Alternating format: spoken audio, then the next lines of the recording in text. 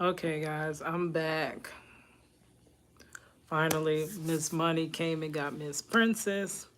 So we can go ahead and read these transcripts. I ain't gonna do no whole monologue. I'm just gonna tell you how I'm gonna introduce myself, and then I'm gonna tell y'all how hard this was to get this transcript reading together. So hopefully, fourth time is a charm. All right, what it is, you guys, it is yo girl Cadillac. Yes, I'm Cadillac Dixon. I'm the Draw My Life prison wife. I'm the legally blind artist that is rapping and painting for justice, hoping to record this darn thing on this fourth time. Yeah, this your girl Cadillac. Anyway, so y'all possibly know the how hard it has been. I have literally, and this is crazy to me, I literally recorded reading his whole trial. And I get right up to the jury instructions for the verdict.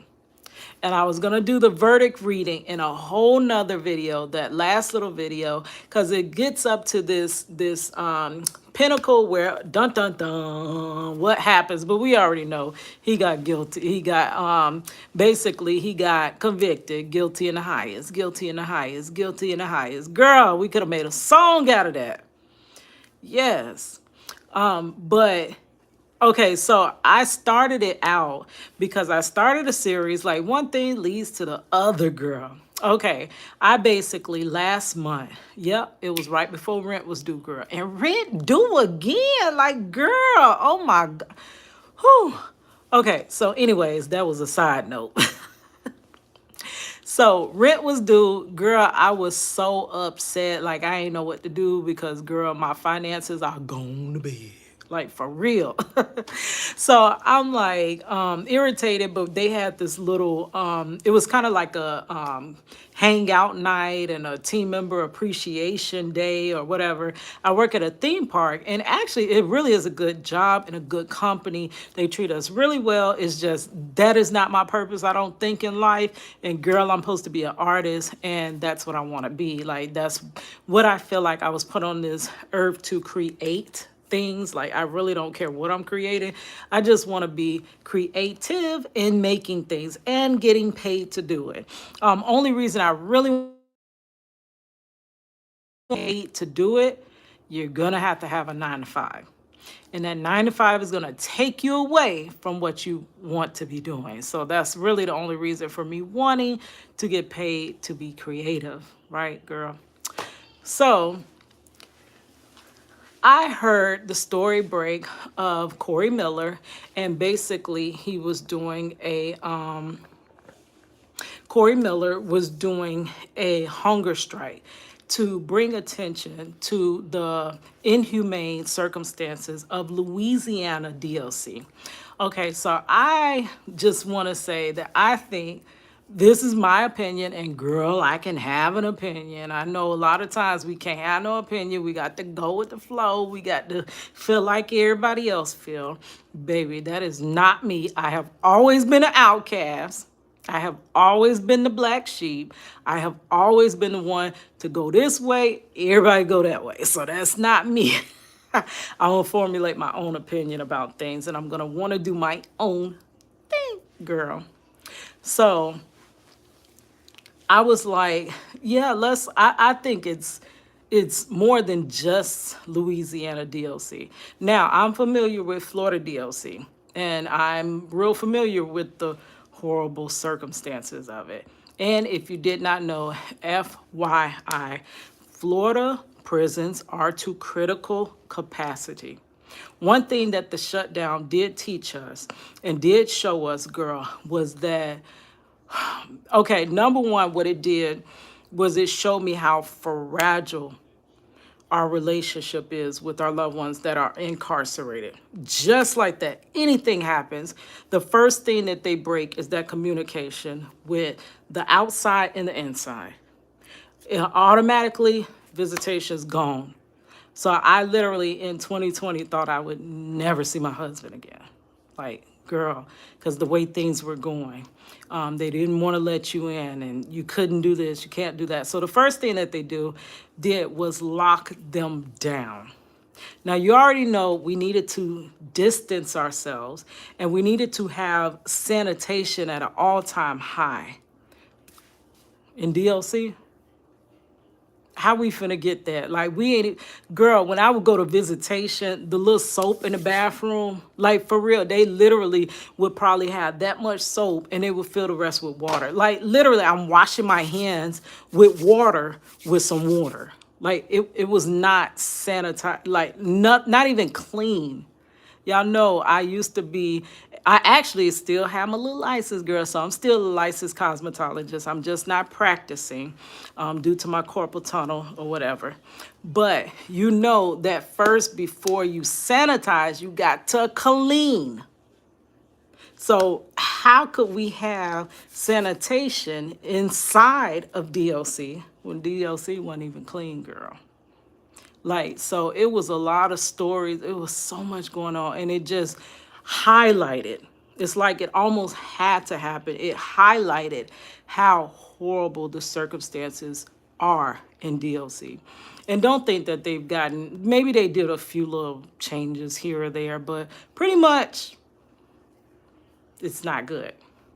And at that time, because nobody was moving around, people got stuck, like backlogged, like court, like anybody was going to court, they got backlogged, and sometimes they were stuck in jail, and they were supposed to be transferred on to prison, but they stuck in jail. The people in prison, like if they were supposed to be released or this or that, everything got put on hold. And it was like a lot of people that were supposed to come to the prisons basically are still waiting to come to prison. So they were already like to capacity, but then once the courts opened back up and people started getting sentenced again, girl, it's been ridiculous. There's no way to distance. There's no way to, so it's not the, and then Florida, like, girl, like, is hot, like hot. And there is no AC. See, I'm hot now because I had to cut the AC out, girl, so y'all don't hear that rumbling in the background while I'm reading. But it's worse than that. Like, it's literally, the prisons here in Florida DLC are cinder block.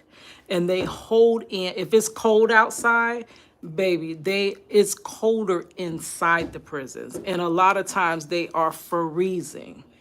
They are literally freezing. Marchello, he is basically 7 hours away from his family here. And he's on the cusp of Alabama. And it gets really, like, he's on that Alabama-Florida line. It gets super cold up there. It's times that they are like shivering cold and you're in your bed. I ain't even gonna call it a bed, but I don't know what else to call it. It's like a shelf on the wall with the mattress that thin, like, girl. And you basically land on your shelf and you're just so cold. You got on everything that you can put on, but you still like freezing to. And then when it's hot, I had this one thing where I had a former incarcerated citizen. She was at Lowell Correctional Institution, that is a female prison here in Florida.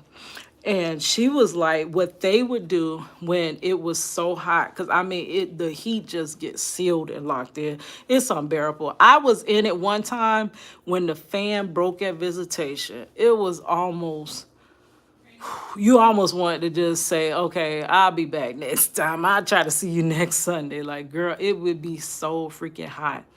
And she said that the way that the guards would allow them to cool off was basically with their blues. Here in Florida, they wear blues. It looks like a nurse's outfit almost. But it's the most horriblest, roughest, irritating fabric.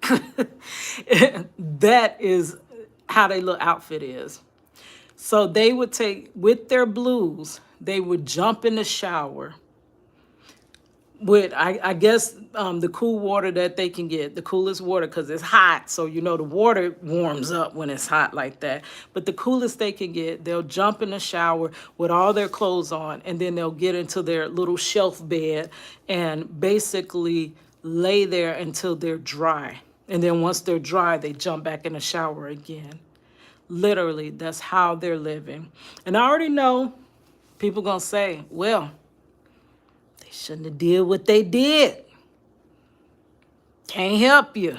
They shouldn't have did what they did. But the thing is, you don't know, number one, what they in there for. You don't know who did a crime like this or who did a crime like this. Like, you literally do not know the difference. You don't know who's wrongfully convicted, and you do not know who is rightfully convicted. So you just passing judgment saying, okay, I don't care about and then, girl, I ain't even mentioned how the water don't be clear, girl. Like, what type of water that be that they giving them to make them little noodles and stuff with? Like, girl, crazy. Sometimes there was food, the packaging would say literally not for human consumption. But I guess they figured they're not humans, right? They are now incarcerated. I call them incarcerated citizens. They call them inmates.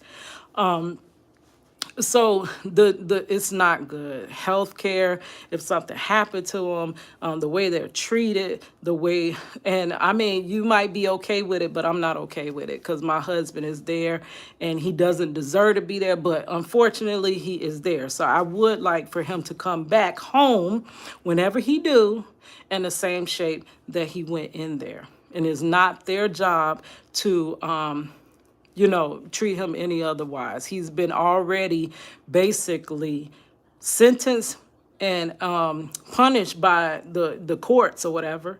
So the incarcerated citizens, the people that are basically working there, do not have the right to further punish them.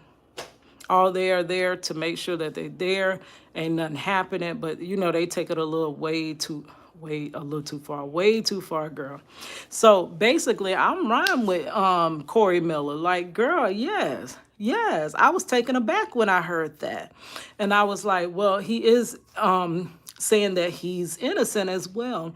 And what was crazy is because the year that he went away was the same year as Marchello. So really ain't nobody heard about Corey Miller in a whole long time. Like, except when he had at the mother, cause I'm down for my, hey, y'all already know that jam, right? You ain't heard about him since we was up in that club and you hear that beat drop, that dun da da da dun da da da dun da dun da da da. Girl, don't make me hit that Kaya verse too. But yeah, so it was like, ain't nobody heard about him since then. And even when I heard about him back then, really ain't know what happened to him. All I know, he was in prison. They said he did it. Oh, girl. So everybody's spreading the story that he did it. Like, we don't know no better. We don't know. Most people don't know the system till you get thrusted in the system or somebody get in the system. So we really don't know. We feel like everybody that's behind them bars are bad. They should be there and this and that or whatever, and there probably are a lot of people that do deserve to be there, right? But think about if it's just one that doesn't deserve to be there. And now keep in mind that one, but imagine if that one was someone you loved. It wasn't just a one random person. Like, Marchello is a random to you, right? You don't really know him. But close your eyes and think about that person that you just wake up in the morning for, that you love. Like, you just love them to life. And then think about that person having to spend most of their life or the rest of their life in prison for something that they did not do. Think about that. Keep that in mind. Okay, so we're going to go into reading the verdict. We're going to read. I'm sorry, I wasn't going to put the verdict in this video, but possibly I can. Girl, my eyes hurting, my head hurting. And I done read this twice. So I'm not really feeling reading this, girl.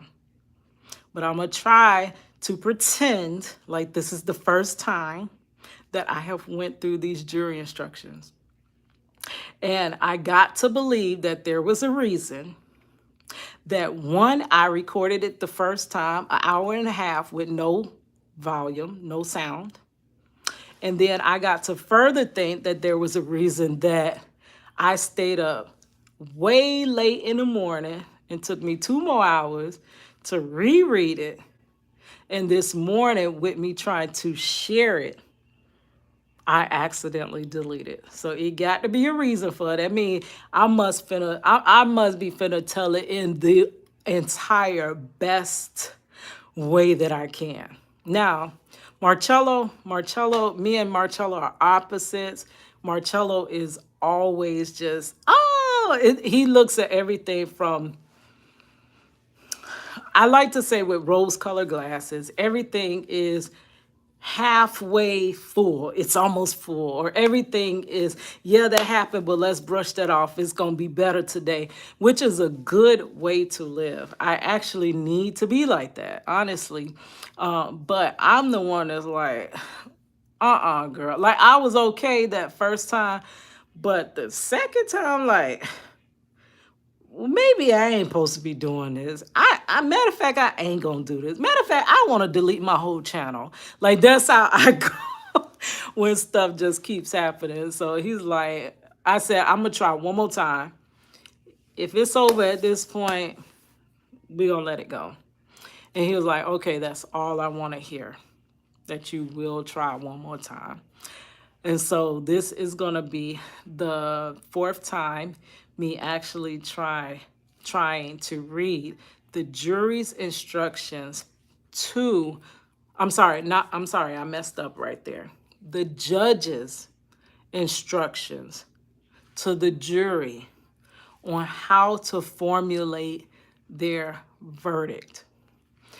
How to formulate it according to the law and what to consider in formulating your verdict. Now, one thing to remember before we get into it, that when the jury went back to deliberate, maybe 30 minutes later, the jury came back with some questions. This trial was kind of all over the place. It was 5 different people if you include Marchello, it was 6 different testimonies. We had Marcello's testimony, which I just released that, in which his lawyer advised him it was best that he lie. I honestly think that on that one issue that they told him to lie about, I believe the jury seen that and was like, this don't even sound right. And if they catch you in one lie, usually it makes you not too credible. But surprisingly enough, the officer that arrested Marchello and the other 2 that were on the scene, they were caught in conflicts. The arresting officer, his testimony conflicts his written testimony. So he's already conflicting himself. And then the other 2 officers, they actually tried to support his theory. But if you hear the details, they actually conflict his story. It doesn't solidify it. Anything that is true, it seems like one person tells a version, and though your version could be told a little bit different, it solidifies it. And then the next one would have solidified that even more. And then it would have solidified even more. And it would have been, it can't be no other way. It seemed like each time one person come in and tell a testimony, the other one comes in and say something else. And everybody's picking up that these ain't quite matching up, girl. And they'll ask them and then they'll say something else, but it still just never quite lines up. It never quite makes full sense. And it always feels like through this whole trial that something is missing. It literally, while you're in this trial, it feels like you are missing some big aspect And if they could fill in that blank with that big aspect, then possibly you can get some understanding of the situation.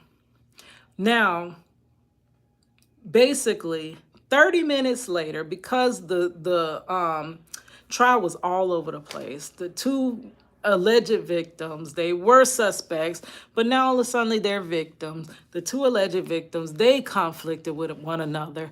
The two alleged victims, their original written testimonies don't line with what they said in court. From the time they wrote their testimonies, I mean, not their testimonies, their written statements. By the time they went to trial, they had made up all this other stuff and fabricated it up to, it was already a bad charge, but they fabricated it like this to where it was, oh my gosh, like we literally got to put Marchello up under the jail. The way that they were having this all come across. But the one thing that you have to look at, no matter what they said, because honestly, by there being no real evidence, either story, just as Marcello's lawyer was saying, honestly, either story could be just as believable. Who's to say that didn't happen and who's to say that didn't happen? What could have completely took away, and then when it's like that, honestly, that is reasonable doubt. When you literally don't know whose story to believe, like, I would believe them, but this doesn't make sense, but I would believe this, but this doesn't make sense. It's like, we just don't freaking know what happened. That's, I would say, reasonable doubt.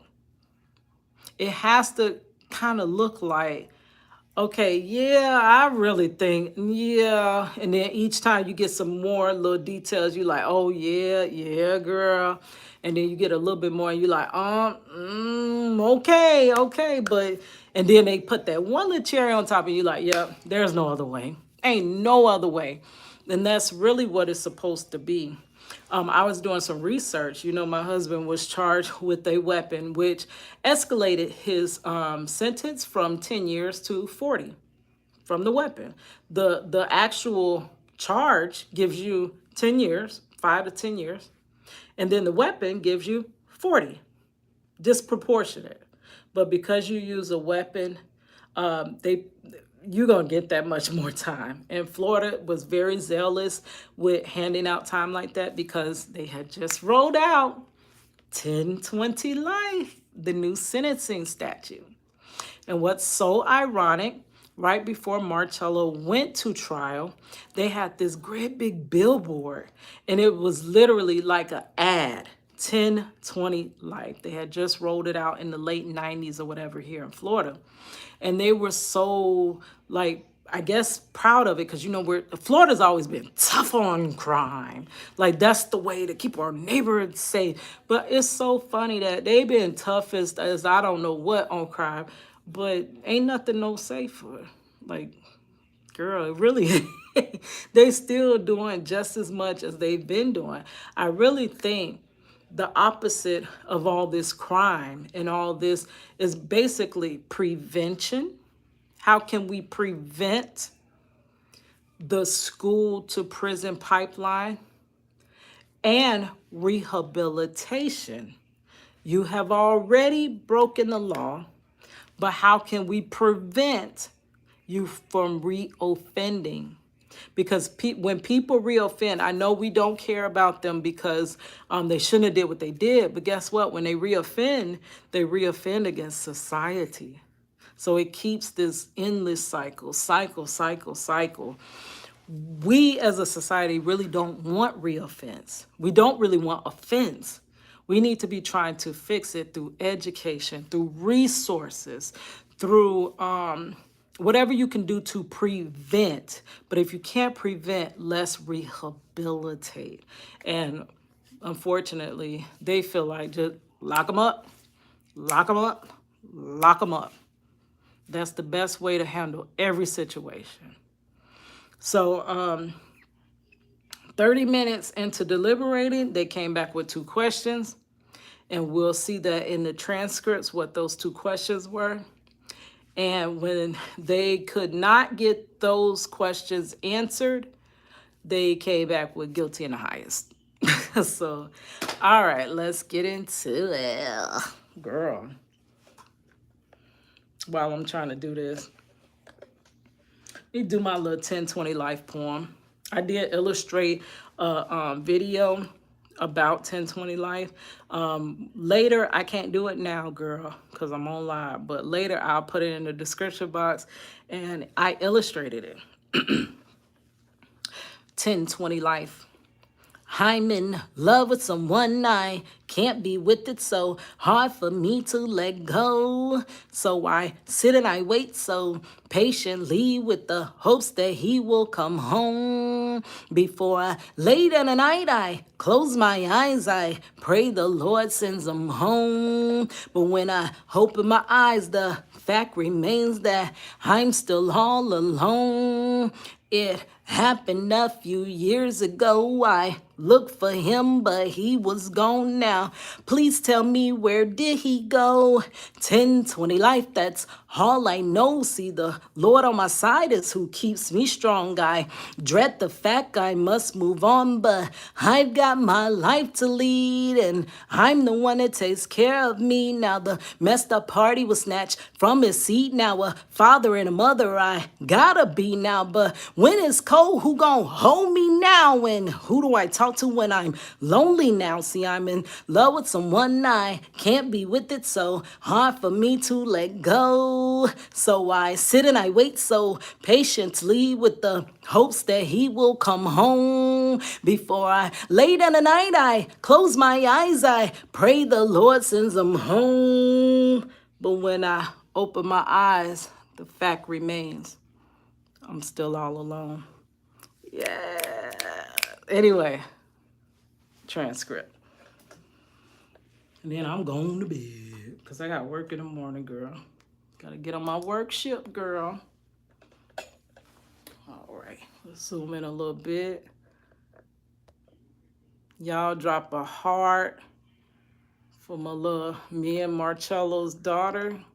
All she went through. But she graduating, y'all. College. She's graduating college, girl. She started out, which is ironic, as a forensic scientist. She wanted to do crime scenes. She started out in college wanting to do crime scene analyzing. And I'm like, really? Like, that is the one thing that they did not do in Marcello's case. They literally did no crime scene. And from the beginning, any evidence that basically could have proved the case, they directly, right away, got rid of it. And that's what makes this case with Marcello seem so, so forced. It feels like a forced guilty because of everything that you took out. It's almost no other way the jury could have decided because you took too much out. And as many issues within this case that surely could have been proved had they did the right thing from the beginning. I really believe most of it, the beginning of it started with that arresting officer. It's almost like a snowball effect. That's why I say that's where my whole little thing of don't take a conviction at face value came from, because you just assume. But if you really knew all the things that go on behind the scene, you wouldn't be able to assume that everybody's conviction is 100% just.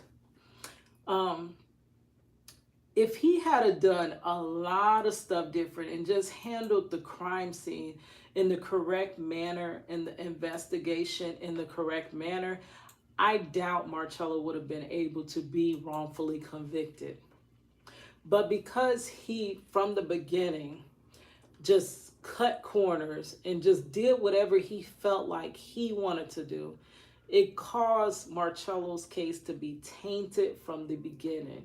And I did a whole series last week about tainting, how cases are tainted from the very beginning of them starting.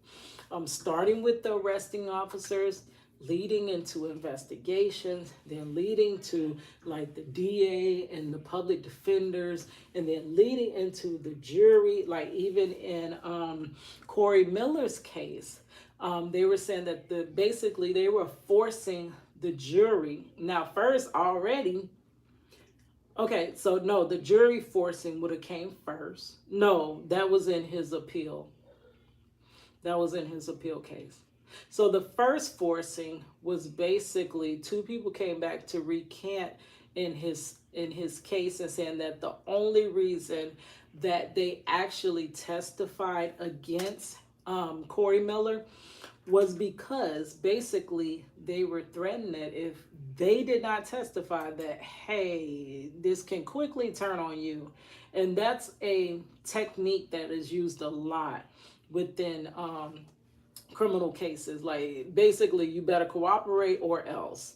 And then, I mean, when it's always that or else, you can get anybody to cooperate. Like in that case, whether they want to or whether they don't, right? I feel like a real witness in a case should have no dog in the fight. Like you literally should not be able to receive less time. You should not be able to get off of a charge. You should not be able to have any of those things if you cooperate, because that incentive is going to give anybody the incentive to lie. And both of the people that basically slam dunked the case in Corey Miller's came back and said that it wasn't really him. But then at that point, I think they did give him a appeal. But then during the appeal, when the jury was deliberating, basically they were saying that 2 jury members came back. And now it was 10 that was like all on board, like, girl, let's find him guilty and let's go home. Like, I got stuff to do. Like, like you just really, the most people that go to jury duty do not want to be there. I'm just going to be honest with you. Most dread jury duty. I've even had family members like, I got jury duty. Like, how do I get out of this? And honestly, I have always been so overjoyed when I get jury duty. But guess what? I always go down there and they never call me. I just sit there. I'll be like, girl, when they gonna call me? When they gonna call me? Girl, when they gonna call? And they don't never call me. Like I have never been on a jury duty. And I always, ever since this happened to me, I always wanted to be on a jury and be that level-headed, non-biased, any other IST that you could put on the end. I want to be that level playing field that is going to listen to all sides. That's what a jury is supposed to be. They're supposed to be impartial. They're not supposed, and also the judge is supposed to be impartial. Like he's not supposed to lean this way or that way. But they were saying that 2 of them did not believe that Corey Miller was guilty. They kept trying to turn up a not guilty verdict. And they came back and said that the jury is not, it is 10-2. And they sent them back and said, well, figure it out, deliberate more. They deliberated another like 3 hours or so, which always blows my mind. I became obsessed with like ID Channel and other cases or anything that has to do with crime and justice. I became like overly obsessed. I love it. I love it. I love it. And I always hear of a deliberation taking a long time. In my husband's case, his deliberation was less than an hour. And I've never seen anybody else's deliberation be that freaking short. Like, honestly, that short. Like, literally, they came, they had 2 questions, judge said no. And basically, a couple minutes later, they came back with guilty in the highest, guilty in the highest, guilty. And I'm like, did they even...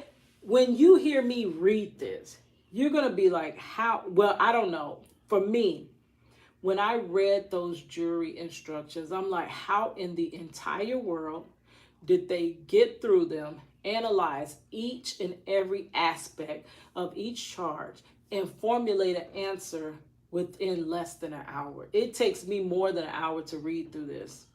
So I don't know. It just seemed like they were ready to go. It don't feel like they wanted to stay there and just go back and forth, go back and forth. But in Corey Miller's case, when they kept coming back like not like deadlock, not coming back as a unanimous verdict, basically they was talking about how they were threatening them. Like one of the young girls, she was a young girl, college student, didn't feel like he was guilty. And then it was I guess she was middle-aged woman. She didn't feel like he was guilty. And they was like, you're going to come back with some type of go back and deliberate again. Every time they kept coming back like that. And I guess they came back again and the judge was like, whatever. So we're going to sentence him. So I don't know. I got more to look into his case, to learn his case, because it does take a while. But I don't know. I just feel like when somebody is saying that they're wrongfully convicted, and what's bad is it is two sides to it, because basically everybody says they're wrongfully convicted. So in that case, I am a graphic designer, right? I went to school for graphic design. I'm an artist at heart. And one thing that my teacher always taught us was that in graphic design, you got to know what to make bold. You got to know what to make thin print. You got to know what needs to jump straight off the page at this person or off the screen at the person. What do they need to see? What is the most important? And what is going to be the least important? So they were saying if you make everything bold, then therefore nothing becomes bold, because nothing is important because you made everything important. So now that everybody is innocent, nobody is innocent. It's weird because everybody hollers, I didn't do it, I'm innocent. Even if they are, nobody is ever believed that they're innocent. And it's so crazy that it would take you, out of my research, I've seen one wrongful conviction overturned in less than 10 years. Most times it's going to take you at least 2 to 3, even 4. There was this one guy that was so freaking sad. I don't know this guy's name or anything, but he literally did 40 years. 40 years. And it came back that even the state attorney, because see, we changed, like we've basically gotten a much better state attorney than we had at this time when Marchello got convicted, right? So things change. It takes a long time for things to change. It takes lifetimes almost, but things do change. And basically, even the state attorney agreed that the man was wrongfully convicted. But because of the laws that were on the book, they had it where you could not open a case unless it was, not even a state attorney can enact opening a case in that state. And there was nothing she could do. They knew he was innocent. And they could not free this man. They took this man's whole life, 40 years from him. He was in a wheelchair. And the one thing that he said, what hurt him the most was when he heard his daughter call another man dad, father. And he could not, he said that was the most hurting thing when I seen that my daughter called another man father. And he said also, if they let me go today, I ain't really got nothing. It took my life. Got nothing. He said, just let me go out to the beach and I want to see the ocean. I want to see the ocean one time before I'm out of here. And he was in a wheelchair. And he was like, the thing is that even if they let me go today, this day wheelchair, they're going to take this wheelchair and just lay me out there. It's sad. This happens a lot. They was even saying some of the dudes that was accused of Malcolm X, basically, they was wrongfully convicted. Sorry. Like, sorry. Like, how can you apologize to taking somebody's life? Girl, keep that sorry. Keep your sorry. Literally, one guy, they exonerated him, but he was in the grave. Like, what good is that? And what good is it gonna be to exonerate Marchello and Jesus done already came back? Like, girl. So I mean, it's already, the jury don't most part want to participate in this. They just want to get this over. Let's go home. It's like a job. Do you really want to be with your job unless you're in your dream job? Or is it, let's do this time, let's get up out of here? All them that's in prison, I'm sure they're not passionate about being in prison. They're like, let's do this time and let's get up out of here. And that's how basically most jurors take that approach. And you have a few that really care and that really is like, oh my gosh, I literally have a human's life in my hand and my decision is gonna affect. I better make the right. I gotta analyze and look over everything. Like, girl, I would have still been deliberated probably. I was like, but no, y'all saying this, but girl, no, do you remember that and this and that? I don't see that. And they'll be trying to explain to me how it makes sense, and I'll be like, girl, until I see it, I don't understand. Where's the evidence? Where, you know how they say, show me the money, show me the evidence. That's what I'm like. Show me the evidence. Girl, if you can't show me the evidence, that's all a case really can stand on. And the only way that they can really charge in circumstantial evidence, because that's what this case is with Marchello. It's a big case of circumstantial. And the only way that you really can charge somebody in a circumstantial case is that there's literally no other possible way that this could have happened but for you doing it. There's no other, like they say, beyond a shadow of a doubt, there's literally no other way that this could have happened but for you doing it. And in and basically the case of charging my husband with a weapon that ain't been recovered. We don't know if the weapon ever existed. We really don't even know what color it is. They asked him, can you describe the weapon? And the guy briefly describes it, but they don't recover it. Have you ever heard of being convicted with a weapon that is not here in state evidence? State evidence in my husband's case ain't nothing. They got literally a picture of the car itself, a picture of Marchello on the day that he was arrested, and the state actually presented that picture and presented it as evidence and said, do you recognize this? And she said, it's a prior booking photo of Marchello Jackson. And right off rip, the judge, no, was it the officer? I think the officer inferred that it was a prior booking photo.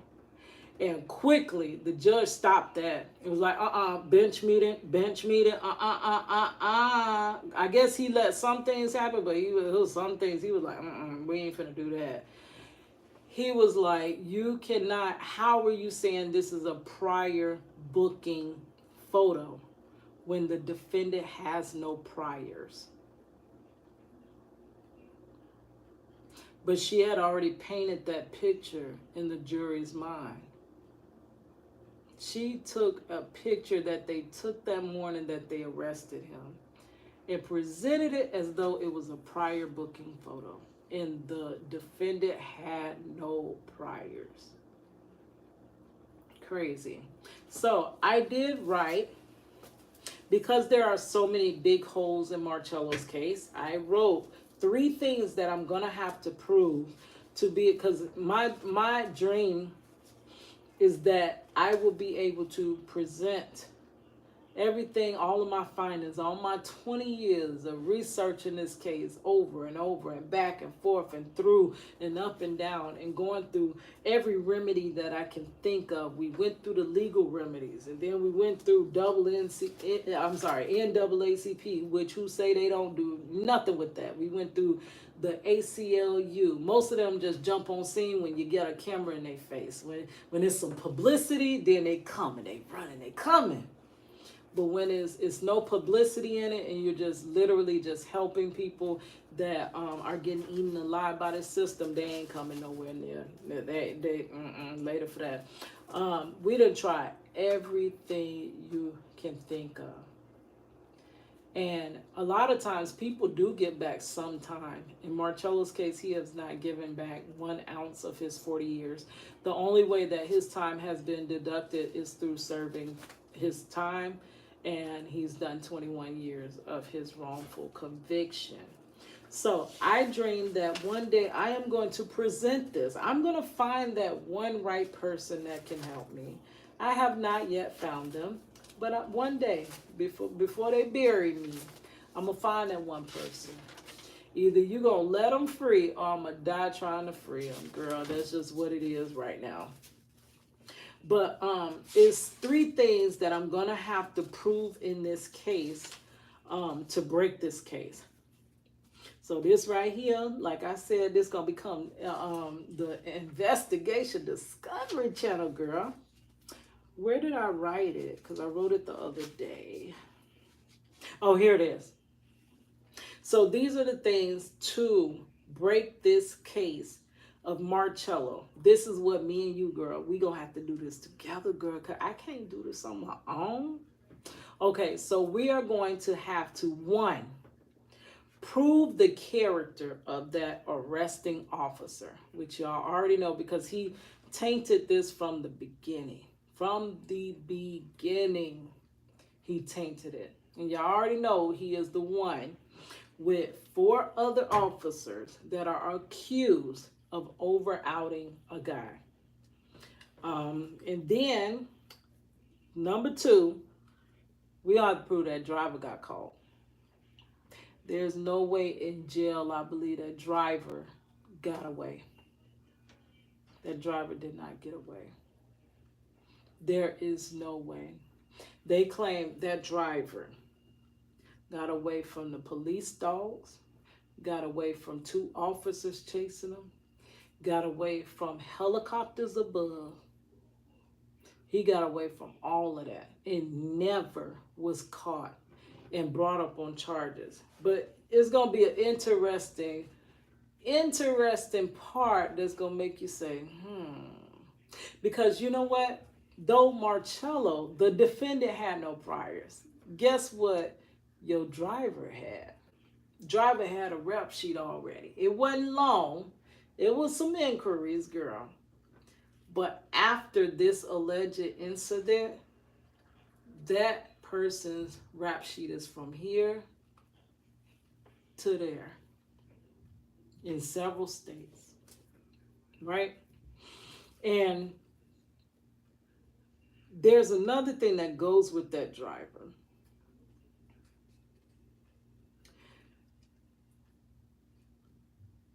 The driver, okay, so basically, when the scene happened, the arresting officer pulls the car.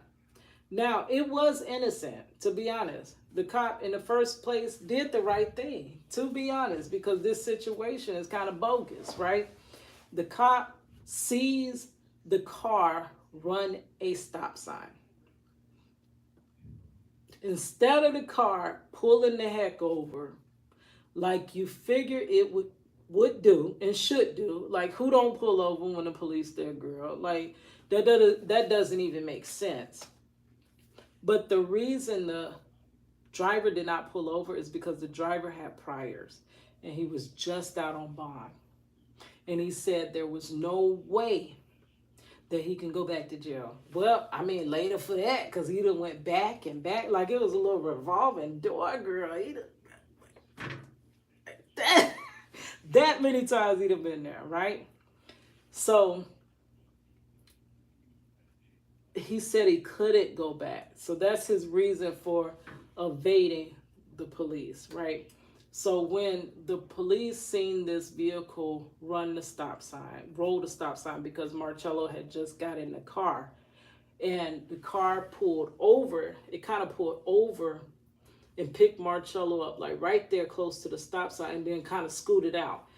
When it scooted out like that, it technically ran that stop sign. So what they say in the transcript is roll the stop sign.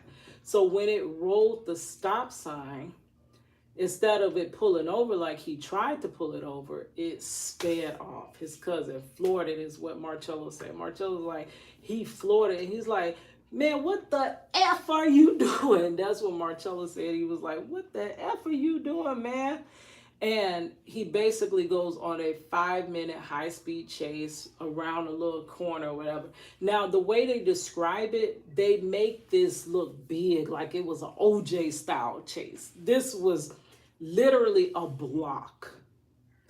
Run the stop sign, car ran around the block, came into a dead-end cul-de-sac. Which was Marcello's cousin, stops the car in a cul-de-sac, jumps out the door, and runs. And then they claim was never caught. I really do not believe that story. But through the whole thing, they kept trying to make it that the two guys in the backseat were the victims, and the two guys in the front seat were the perpetrators. We just don't have one of the perpetrators, right? When in all actuality, when a car evades a police like that, every last person in that car becomes a suspect. Let me tell you, even if I was riding with my homegirl, I don't know what she did. I don't know what she did before, after, anything. All I know is homegirl ran this stop sign, and now she running. I'm like, girl, what you doing? Like, what the? And they pull us over. Do you think I have any words that could convince this officer that I have nothing to do with it? They gonna be later for that, girl. I ain't got, yeah, okay, well, they'll handle that through investigation. Yeah, okay, but you going to jail tonight. You think they would have allowed me to say my part and then say, oh yeah, you truly are a victim? They wouldn't have been able to analyze that. So the way that he should have played this, the officer that arrested Marchello, and only Marchello, was that he should have arrested all 4 of them. All 4 should have been arrested, and it should not have been for the charges that they brought Marchello up on. What it should have been, because what really literally was happening, there is a club on the next street over. There's a 7-Eleven, so they like this. The club is here on this street over, 7-Eleven's back here. Marchello says he walks up to the 7-Eleven to get a drink. Okay, the club is right here. These 2 guys are here at the club getting right. So this is what everybody doing at the same time. Marchello getting his drink, guys at the club trying to get right. The guys call up the Mr. Get Right man. Hey, Mr. Get Right man, we trying to get right because this club about to be hot tonight. Yeah, it's going down tonight. Yeah, so they want to feel good or whatever. They call the Mr. Get Right man. Mr. Get Right man comes through. Okay, y'all know where I could get right at, because they're always telling you about this neighborhood that's across the street from the club. The club is not in the best neighborhood, girl. It's not at all. So, Mr. Get Right man come meet up with the guys. Okay, I'll take you across there. I'm finna show you where to get right. So here go the club. He comes out the club. How Marchello said. It did coincide, to be honest, the way Marchello said and the police said or whatever. Because the police put him on Livingston, put that car on Livingston, and he said he seen that car. He possibly did see that car. But he seen that car when they was leaving that club before they picked up Marchello.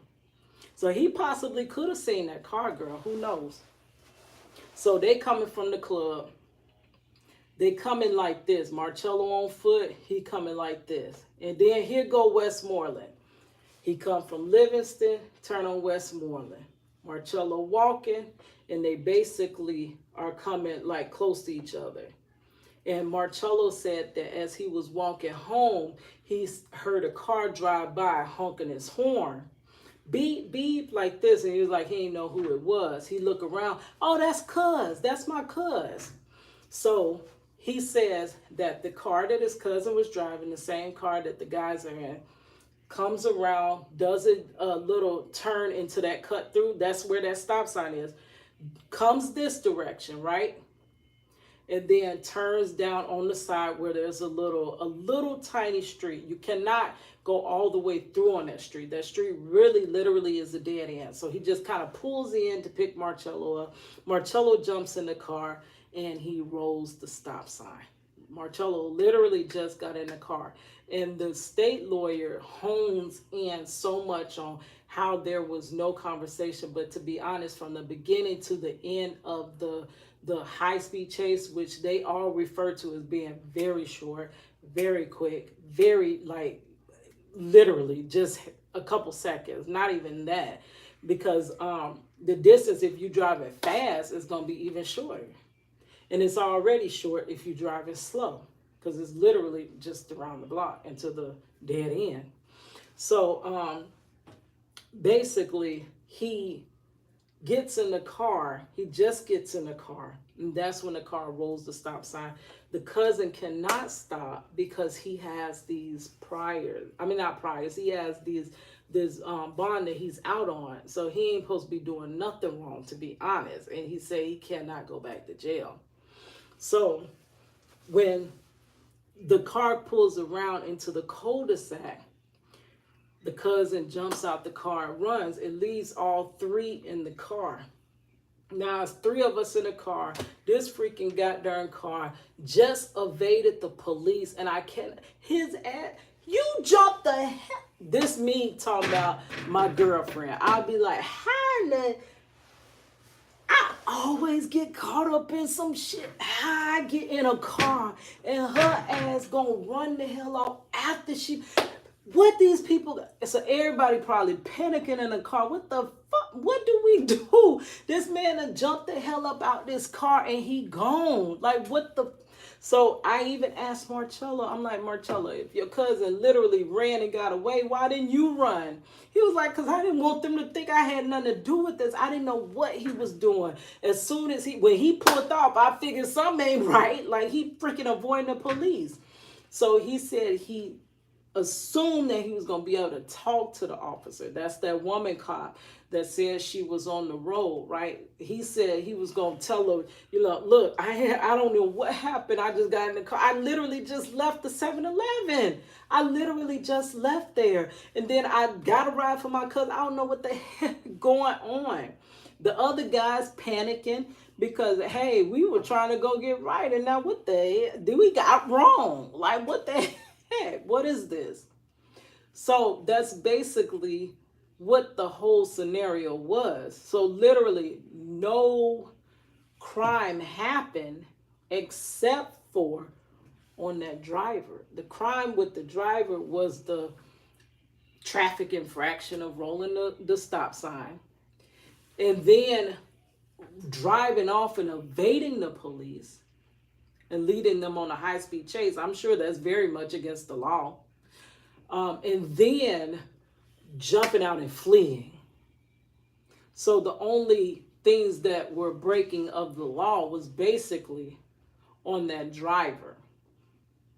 So when the police comes up to the scene, of course, the natural thing is all y'all ain't going to jail. All y'all, like, we finna arrest all y'all. We don't know what y'all were doing, but girl, all y'all going to jail. All of them should have been booked. Because how can you say, I'm going to believe your story over that person's story or that person's story? Everybody trying to say they ass. So who ain't going to come up with a novel or some miraculous like fiction masterpiece about what happened? Because I got to save my ass. I'm not trying to go to, you know what I mean? Nobody's trying to go to jail. So ever put in that hot seat, you're going to save yourself. Like, girl, that's just how the system is. You're going to save your freaking self. So the thing was, the things that the officer should have done was arrested every last one of them, all four. He should have had a crime scene basically put in place where that stopped vehicle was, because the issues come up of Marchello stealing their wallets, demanding their wallets at G Point. Basically, had you had like the stopped car with the pictures that the crime scene photographer, which I went to school with someone that was in crime scene photography. My daughter was in crime scene science. Like basically she was gonna do that, but then she kind of changed her mind. She's like, I can't do this right here. But you ever seen where they have the stop stuff, they'll mark it off with this caution tape because everything is blocked off. They have police block everything. That's your perimeter. They got the little helicopter flying in the sky, right, girl? So that wallet, remember when the guy said that Marchello had the wallet? And the officer said when he asked the two guys for ID, one guy produced his own wallet. His own, ID, which was in his wallet. So unless Marchello took his wallet, seen that there was no money in it, and handed it right back to him, Marchello never had his wallet. He had his own wallet. And the other guy's wallet is found on, one person said the floor, one person testified the ground outside of the car, and the other person testified the ground. And then they said, but we thought it was the floor. And then he said, the floor ground. They like, what? A floor ground? What's a floor ground, girl? He found his wallet on the floor ground. But what could have proved that would have been the crime scene analysis from the police. Yes, I stopped the suspects. Car, vehicle stopped. Suspect 1 ran. Suspect 2 did not run because it's proven Marchello did not run. Suspect 2 was brought to lady officer and sat on the ground. Suspects 3 and 4, because the guys in the back should have been suspects. What gave that officer the right to rule them out before an investigation? But suspect 2 and 3 had the story that they were robbed. So suspect 1 noted had his own wallet. Not 1, that was 3. Suspect 3 had his own wallet. Suspect 4's wallet, per pictures we took at the scene, were on the floorboard of the car. Then there would be no reasonable doubt. We know it was on the floorboard because we see these pictures, right? Pictures ain't gonna lie to you. Well, now they could Photoshop stuff, but back then wasn't nobody Photoshopping nothing. But it's on the floorboard. Then the slam dunk evidence. This is the part that really destroyed Marchello's case. The slam dunk evidence, because they both testified Marchello 100% had their wallets, and they ID'd him 100% ID, they said. Okay, they said Marchello had their wallets, but they were also asked in the same trial if Marchello surely had your wallets. And they took that, remember that prior picture of Marchello? Wasn't no gloves on his hands, girl. He was regular Marchello. So Marchello had, and if it were gloves, because Marchello did not run, he was arrested right where that car sat, right across the railroad track from the car. If he did have gloves, they would have found that too. You couldn't, because Marchello was not far away from that scene to be able to discard of anything. So if he had a weapon, there would have been no way for Marchello to discard of this weapon. That means when you catch Marchello, he basically got everything that he had during the commission of the crime on him because he did not run. That's why they want to make you think that Marchello ran, because that gives the room, the space, the time, the distance for Marchello to get rid of these items he used. And now we catch him down the street 2 blocks over, which per his own report is a lie, because he says that the arrest where he was arrested, Robinson Street. The only thing that separates Robinson Street from the cul-de-sac, Robinson Street, a set of railroad tracks. That's why the woman officer said that Marchello was approaching the railroad tracks when she told him to come towards her and sit on the ground. All of them, basically, they trying to lie, but they still telling the truth through inferences around it. You can tell that they actually are lying, but they telling on themselves. So Marchello did not have a weapon. And if in fact he had one, they would have had to been able to find it. There's no way you didn't find it unless the ground, maybe we had a hurt. I don't know. We could have had like a earthquake and it fell in a crack. That could have possibly happened. Possibly we could be in Spider-Verse and it's in a whole different universe reality that happened. But other than that, girl, there's no way that the weapon, if Marchello in fact had it, it could be missing and it could not be found. Who said that weapon was not found is the same arresting officer. Everything is stemming back to that one officer. The other 2 officers are just supporting what he says, like they're trying to back what he says. So the thing is, they asked him why. The state has the burden of proof, not the defendant. The defendant is presumed innocent. I don't have to defend nothing. I ain't even got to testify. I can just say I'm innocent, and girl, just sit there and watch trial and watch you come up with the evidence. And until you come up with the evidence, girl, I'm still innocent. That's how it's supposed to be. So Marchello had no burden of proof, though they took his proof and dogged it and messed it up and ruined his case from the beginning. They said you could have proved this case slam dunk by, you said Marchello had the wallets. Why didn't you test the wallets for fingerprints? Marchello never ran. If Marchello indeed had a weapon that is giving him 30 years, why not bring that weapon to court and enter it into evidence? Like, this literally would solidify your case for the state, and it would take your case from being a circumstantial case to now be, here go the evidence.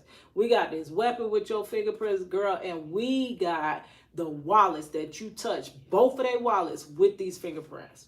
And they even went as far as to say Marchello's prints were not found on the car. But that makes no sense as well. How could his prints not be on the car if, in fact, Marchello was in the car? How the heck you get in the car, girl, if you didn't open the door? He got chauffeur service or something. He was that big and bad. He made his cousin stop and made his cousin come, because they made Marchello the head of this crime, right? Made his cousin come open the door for him so he couldn't put his prints on the little on the car. How is Marchello fingerprints nowhere there? Think about it. It makes no sense. If he's in fact in that car, how the heck you don't find his fingerprints on the car? Why didn't you dust these wallets that could have slam dunked your case? And why are you omitting the weapon that you allege is there? You know he had it, right? You say he had it. All y'all say he had it, right? But come to the case telling the truth. Tell the truth that the driver did not get away. Tell the truth that the weapon links to the driver. That's why you omitted that. That weapon links to the driver. Allegedly, if it was there, who else left the scene? Nobody. Nobody left that scene but the driver. bring those wallets and prove Marchello had his hands on their wallets. Why are you choosing not to? And I thought of a very good scenario, right? So they basically said that the officer first, had their weapons on them, and they were like, no, they were hugging. They were like, oh, no, we're victims. Chase them. They robbed us of 60. And then the other one says, they robbed us of 60. How they both make the same mistakes? Like, girl, it don't make no sense. But they first were suspects. And then the officer asked for their ID. They said, no, we're victims. They tried to rob us. And then he produces his own wallet that they claim Marchello had. Now, one said both wallets were found on the passenger side. It's always several different stories. Wallets were found, but our crime scene analysis could have showed you where those wallets actually were at the time that this happened. But you neglected to do that. You basically took the wallets, which is the evidence.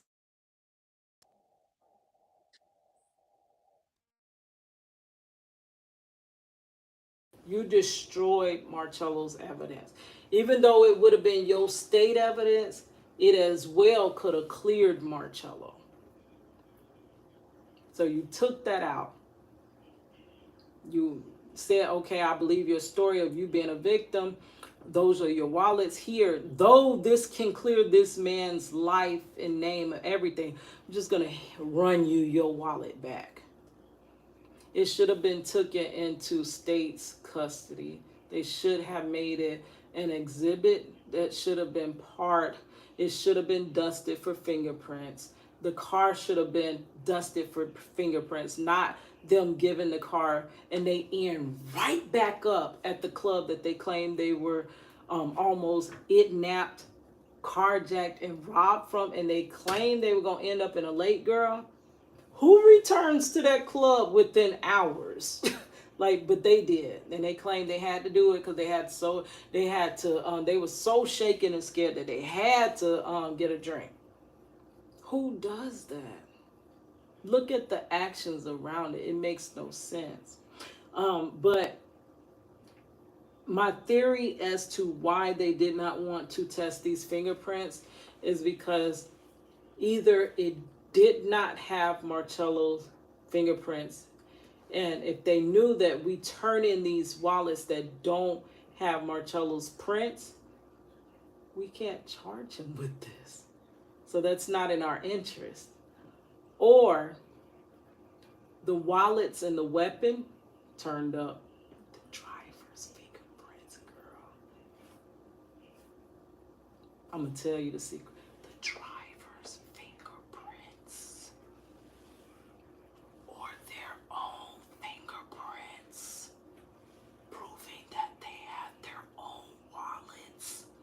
And Marchello never touched their wallets.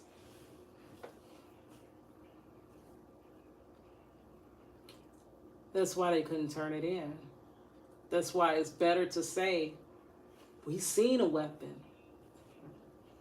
But the search of the weapon turned up negative. We found him 2 blocks down when you found him.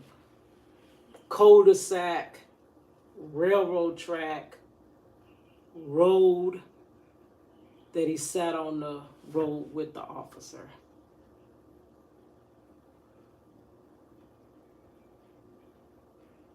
Where could he discard that weapon? How can, if that weapon in fact existed, how is it missing? So let's do a parallel example. I'm here at the house. I got 3 people over here. Well, okay, let's do it exactly like this. We here at the house, we chilling. We want to get right, right? So I have my boyfriend, girlfriend, whoever, and I want to get right with them. We want to have fun because this house party about to begin, girl, and we finna get right. So I call my get right person. Hey, come through. We want to get right. We want to feel good. Like, we having fun. We want to, yeah. And my darn cousin stopped by. He come on in. It ain't really a good time, but hey, cuz right there. Come on in, cuz. And let's just say it's another person and somebody ends up hurt, like really bad, or outed. So now we got 4 people that are originally suspects. It's my house. It's my girlfriend or boyfriend. It's my cousin that came over, and it's me. Now, or I'm sorry, it's my get right person. My get right person, you know, he already back and forth in the law, so really he can't get caught up with this or whatever. So he runs. As soon as this person ends up outed in the house, that one of the party goers are gone. Like, we don't know what happened. And now there's DNA everywhere, all over the apartment, blood everywhere you could think of. The get right person runs and leaves. Someone calls the authorities. They come on the scene. And I tell the authorities, no, wait. This is my house. Let me show you the deed to my house. Does that clear me? Because this is my house? They literally have got to investigate to see what happened. I can't just clear you off of this because I don't really know what happened. I got to do an investigation. But when they initially were already suspects, and they said, oh, no. Look, we're victims. This is my car. Here's my registration and my ID. It's my car. Does that clear you off because it's your car? People can do wrongdoing in their own car. Just because it's your vehicle don't mean that, oh, I can't do nothing wrong in my car. That didn't prove anything by that being their vehicle. And in fact, Marchello was not even the driver of their car. So that's even more ironic. They came up with this whole dumb story about him coming, carjacking them, jumping in the seat, realizing he can't drive a stick shift, so he tells his cousin, makes his cousin come around and be the driver. And now he jumps in the passenger seat. But guess what could have proved that little crazy A story that everybody ate up and devoured? The surveillance tapes in the club's parking lot could have solved that. Because that would have showed this little fiasco going with the car. And he's running around this side and I'm running around this side. You would have seen that, girl. You would have seen that on the surveillance. And you would have seen the guys. One said he had to get out and run around and get in the bag. Other one said he crawled across the street. You would have seen that on the surveillance cameras. So why didn't you, since the state had the burden of proof, why didn't you want those cameras pulled? Why didn't you pull the surveillance at the 7-Eleven? Okay, this boy say he was at 7-Eleven. We finna prove he wasn't at no 7-Eleven. That's the first thing they do in an investigation. They ask for your alibis, and then they check your alibis, and they rule your alibis out.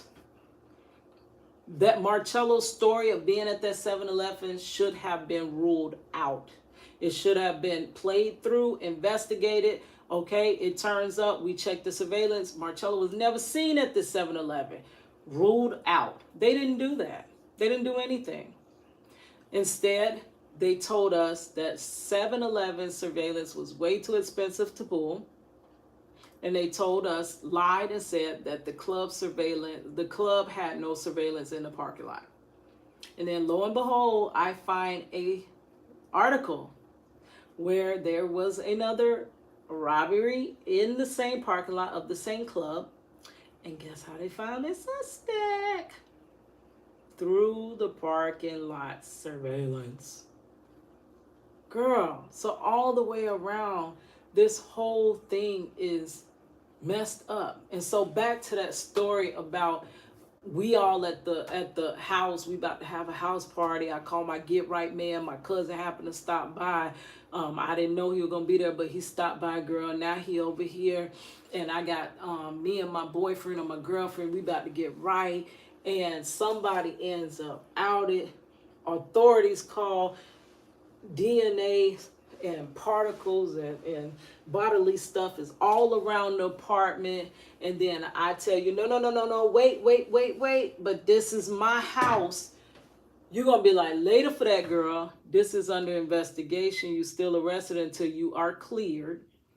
And I don't say, hey, it is evidence all around here.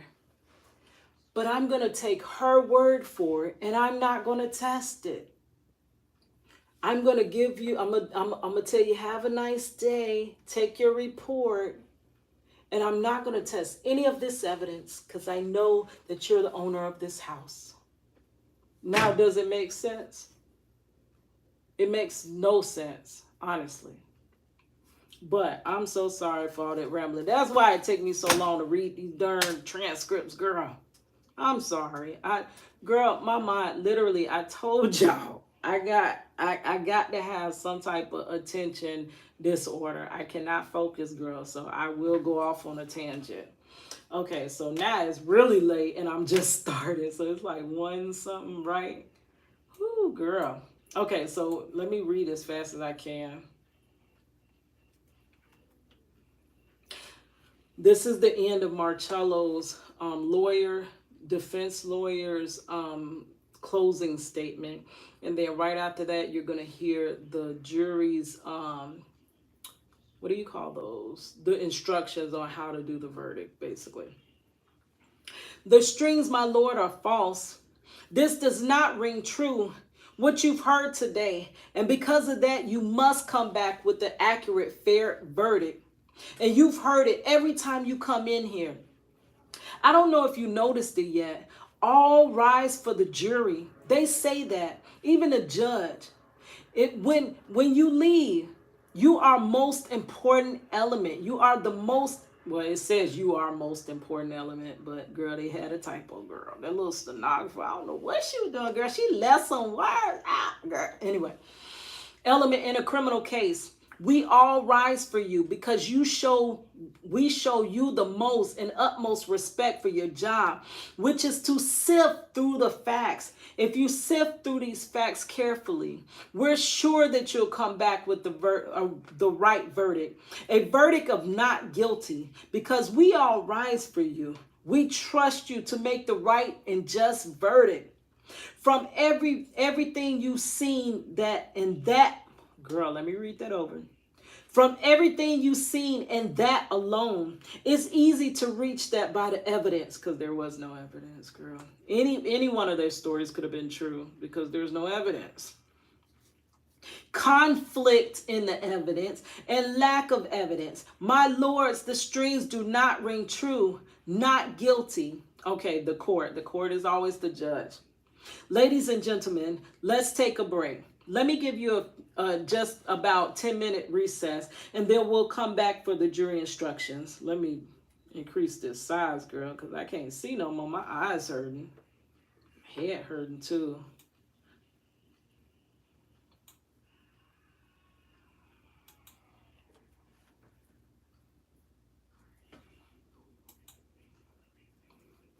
Okay.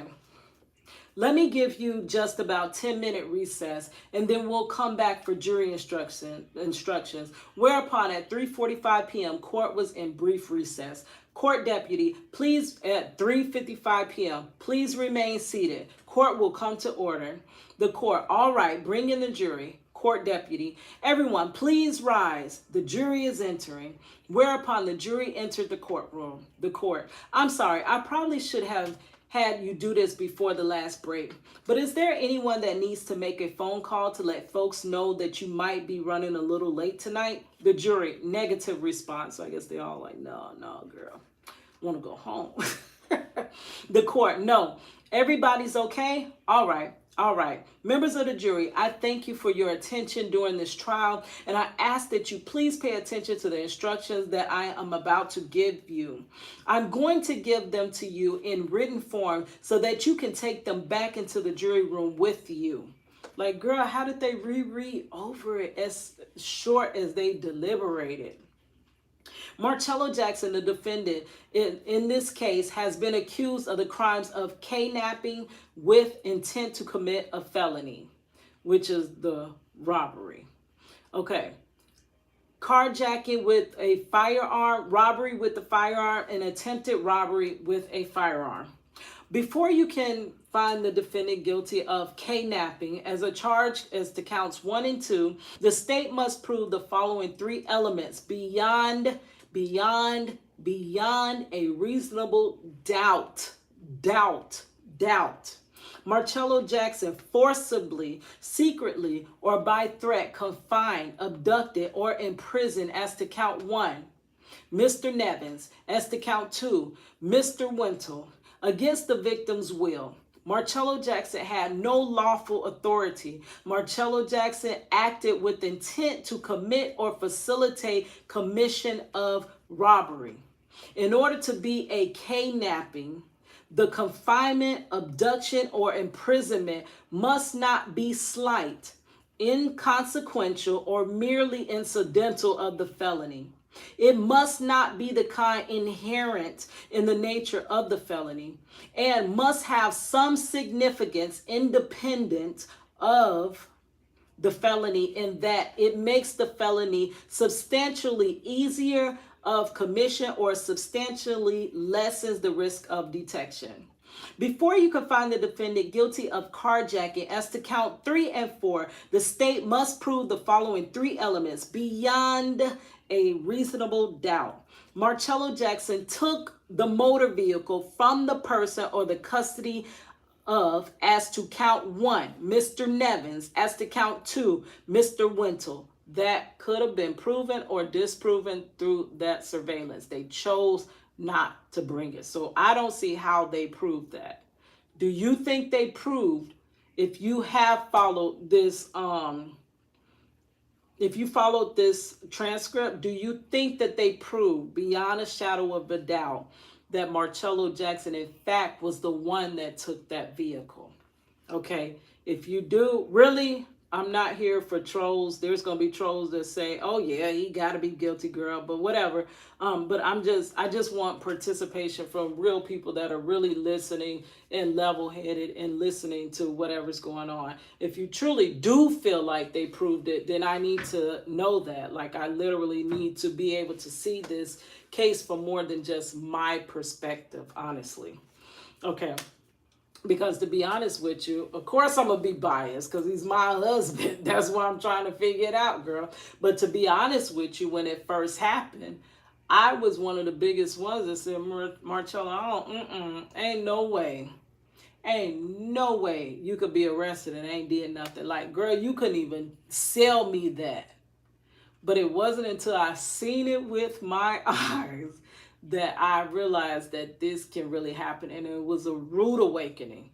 And it made me like look at this ugly system. Like, I literally thought it was there keeping me safe. Like, for real.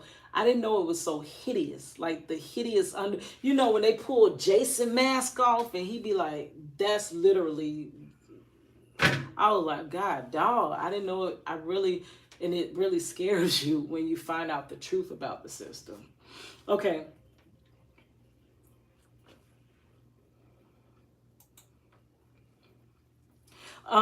Charge in counts 3 and 4. The state must prove the following 3 elements beyond a reasonable doubt: that Marchello Jackson took the motor vehicle from the person or the custody of, as to count 1, Mr. Nevins, as to count 2, Mr. Wintle, by force, violence, assault, or putting in fear, was used in the course of taking.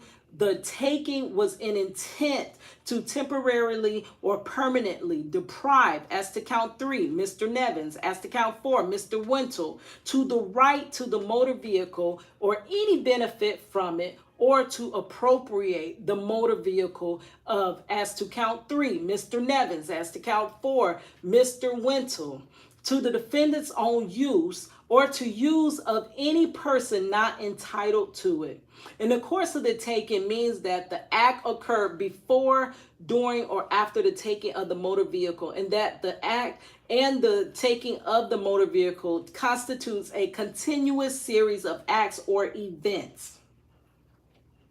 In order for a taking of property to be carjacking, it is not necessary that the victim be the actual owner of the property. It is sufficient if the victim has the custody of the property at the time of the offense.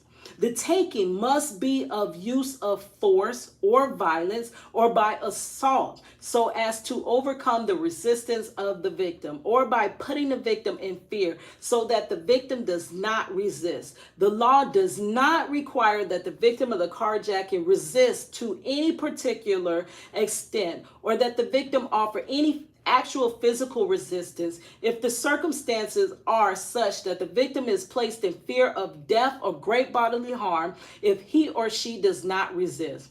But unless prevented by fear, there must be some resistance to make the taking done. One done by force or violence. The punishment provided by law for the crime of carjacking is greater if the course of the in the course of the committing the carjacking, the defendant carries some kind of weapon. That takes it from the 10 years to the 40 years. Okay. In the course of committing the carjacking, if it occurs in attempt to commit carjacking or in flight after the attempt of commission. Therefore, if you find a defendant guilty of carjacking, you must then consider whether the state has further proven those aggravated circumstances and reflected this in your verdict. If you find that the defendant carried a firearm or other deadly weapon in the course of committing a carjacking, you should find the defendant guilty of carjacking with a firearm or a deadly weapon. If you find that the defendant carried no firearm or weapon in the course of the committing of the carjacking, but did commit the carjacking, you should find the defendant guilty only of carjacking. A firearm is legally defined as weapon, including a starter gun, which is designed to or may readily be converted to expel a projectile by the action of an EXPL OSIVE. I'm trying to be YouTube friendly, girl, so I ain't gonna say that. The frame or the receiver of any such weapon, any firearm muffler or a firearm silencer, any destructive device or any MACHINEGUN. The term firearm does not include an antique firearm unless the antique, is that a mosquito? Ugh, girl, mosquitoes coming in here, please. No, I think that was a spider, girl. Ugh. Where am I at? This did knock my whole YouTube off. I mean, not my YouTube, my PDF. Girl, I was doing too good. Where did it go?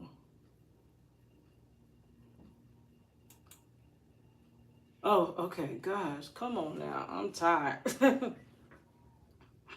A firearm is legally defined as any weapon including a starter gun, which is designed to or may readily be converted to expel a projectile by the action of an EXPLOSIVE, the frame or the receiver of any such weapon, any firearm muffler or firearm silencer, any destructive device or any machine gun. The term firearm does not include an antique firearm unless the antique firearm is used in the commission of a crime. A weapon is legally defined to mean any object that could be used to cause death or inflict serious bodily harm.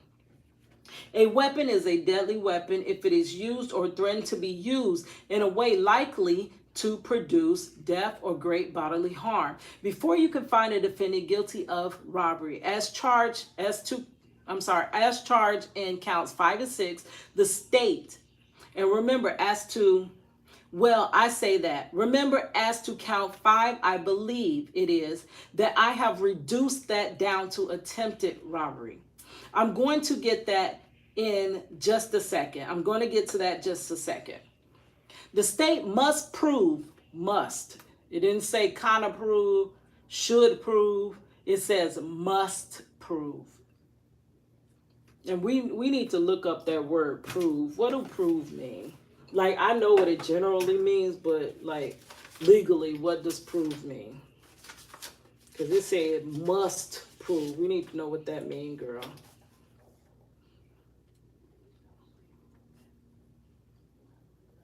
Must prove.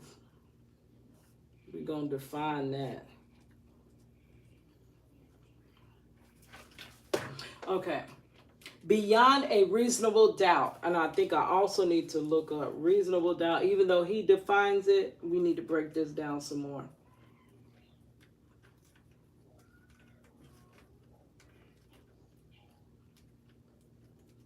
Because I don't think they proved anything beyond a reasonable doubt. I think they left plenty doubt in this case.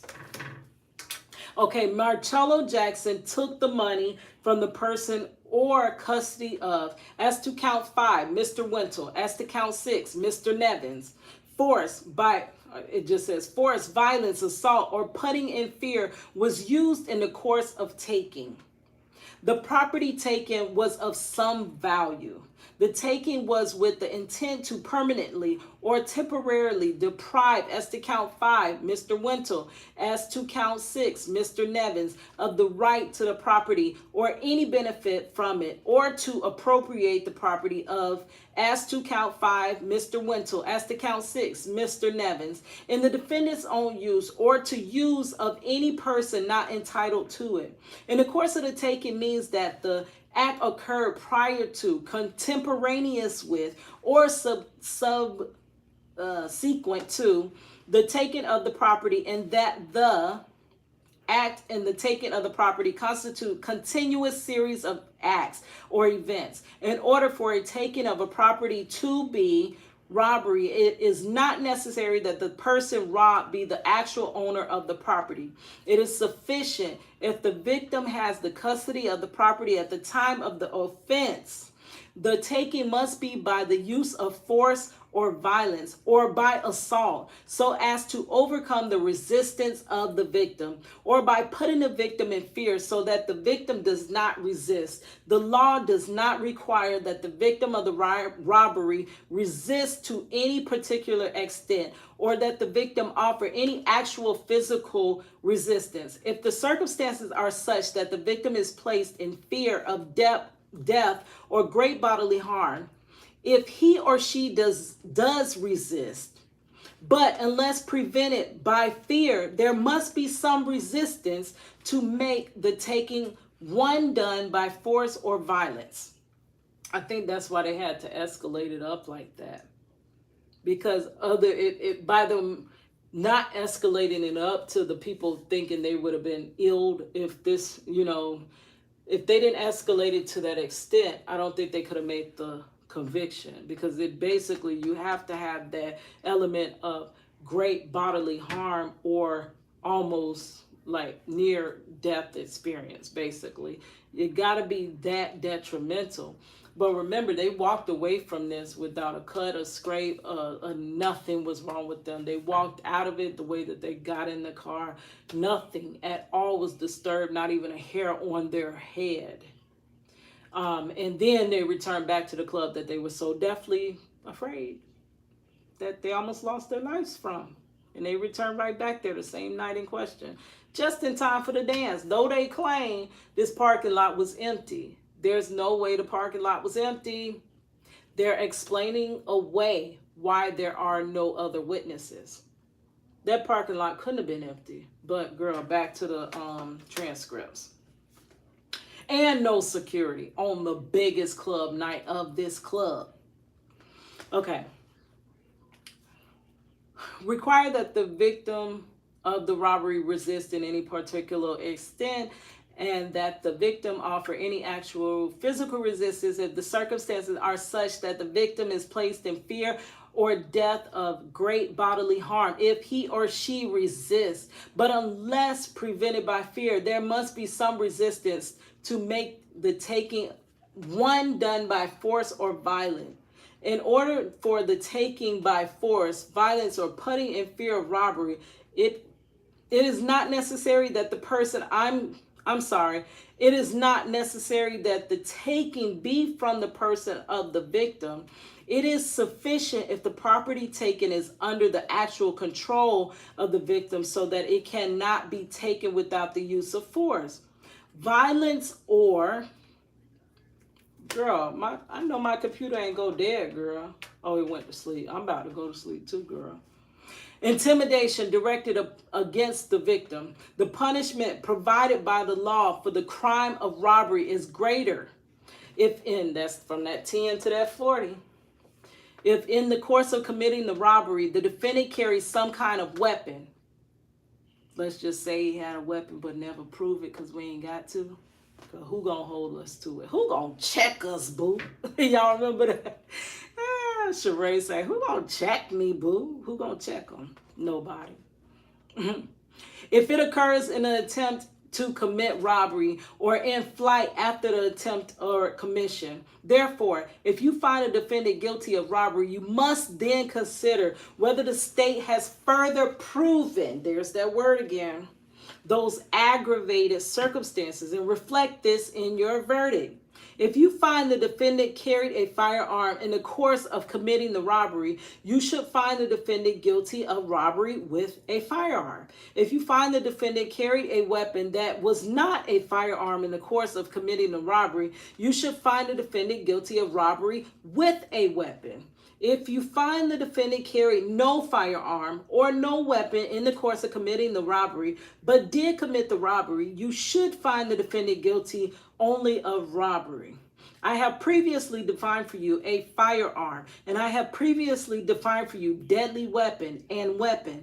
Before you can find the defendant guilty of an attempt to commit robbery, the state must prove the following two elements beyond a reasonable doubt: that Marchello Jackson did some act towards committing the crime of robbery that went beyond just thinking or talking about it.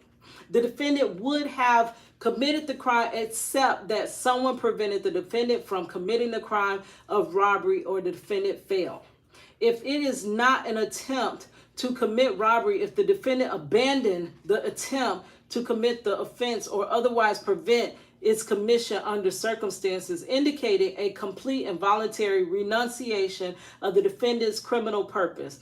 In considering the evidence, you should consider the possibility that although the evidence may not convince you that the defendant committed the main crime of which the defendant is accused, there may be evidence that the defendant committed other acts which would constitute a lesser included crime. Therefore, if you decide that the main accusation has not been proven beyond a reasonable doubt, you will next need to decide if the defendant is guilty of any lesser included crime. The lesser crime indicated in the definition of kidnapping as charged in counts 1 and 2 is false imprisonment, which carries a lot less time.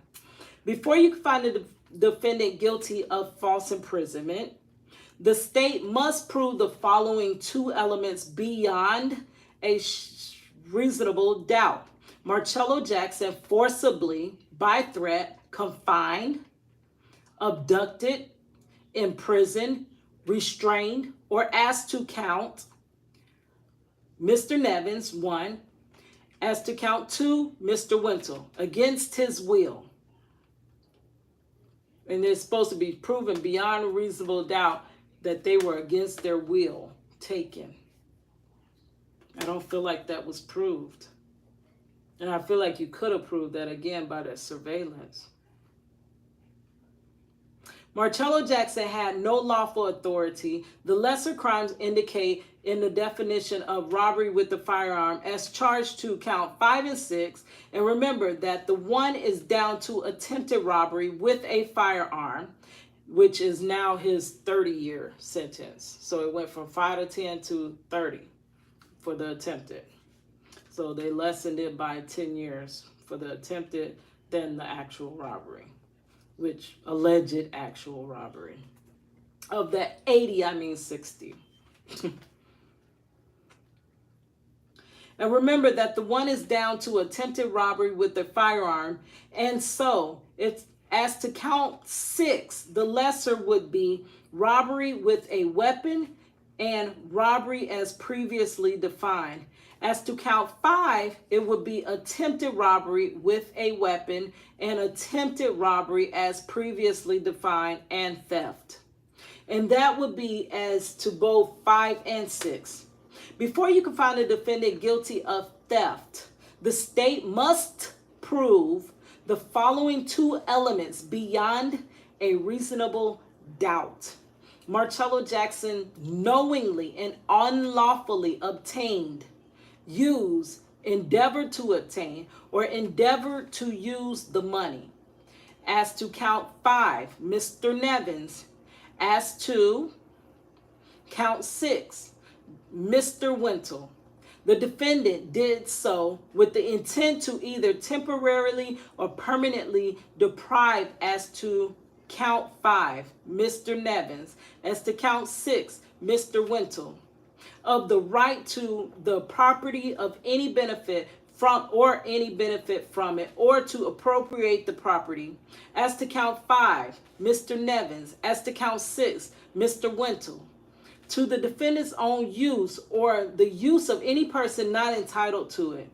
Proof of possession of recently stolen property, unless satisfactorily explained, gives rise to an inference that the person in possession of the property knew or should have known that the property had been stolen. Obtains or uses means any manner of taking or exercising control over property, making any unauthorized use, disposition, or transfer of property, obtaining property by fraud, willful misrepresentation of a future act or false promise, conduct previously known as stealing, larceny, purloining, abstracting, embezzlement, misapplication, misappropriation, conversion, or obtaining money or property by false pretenses, fraud, deception, or other conduct. Girl, this long. Similar in nature, endeavor means to attempt or try. Property means anything of value. The defendant has entered a plea of not guilty. This means you must presume or believe the defendant is innocent. You have to see him, and explaining that, I know we're in the court of public opinion now, but public opinion loves the law, believes in the law. The law is just. And it is, if they would use it correctly, the way that they say they use it, if they use it the exact way that they say that it's meant to be used. But they don't. They use it a different way. So, you as well, in the public court, have to presume first that Marchello's innocent.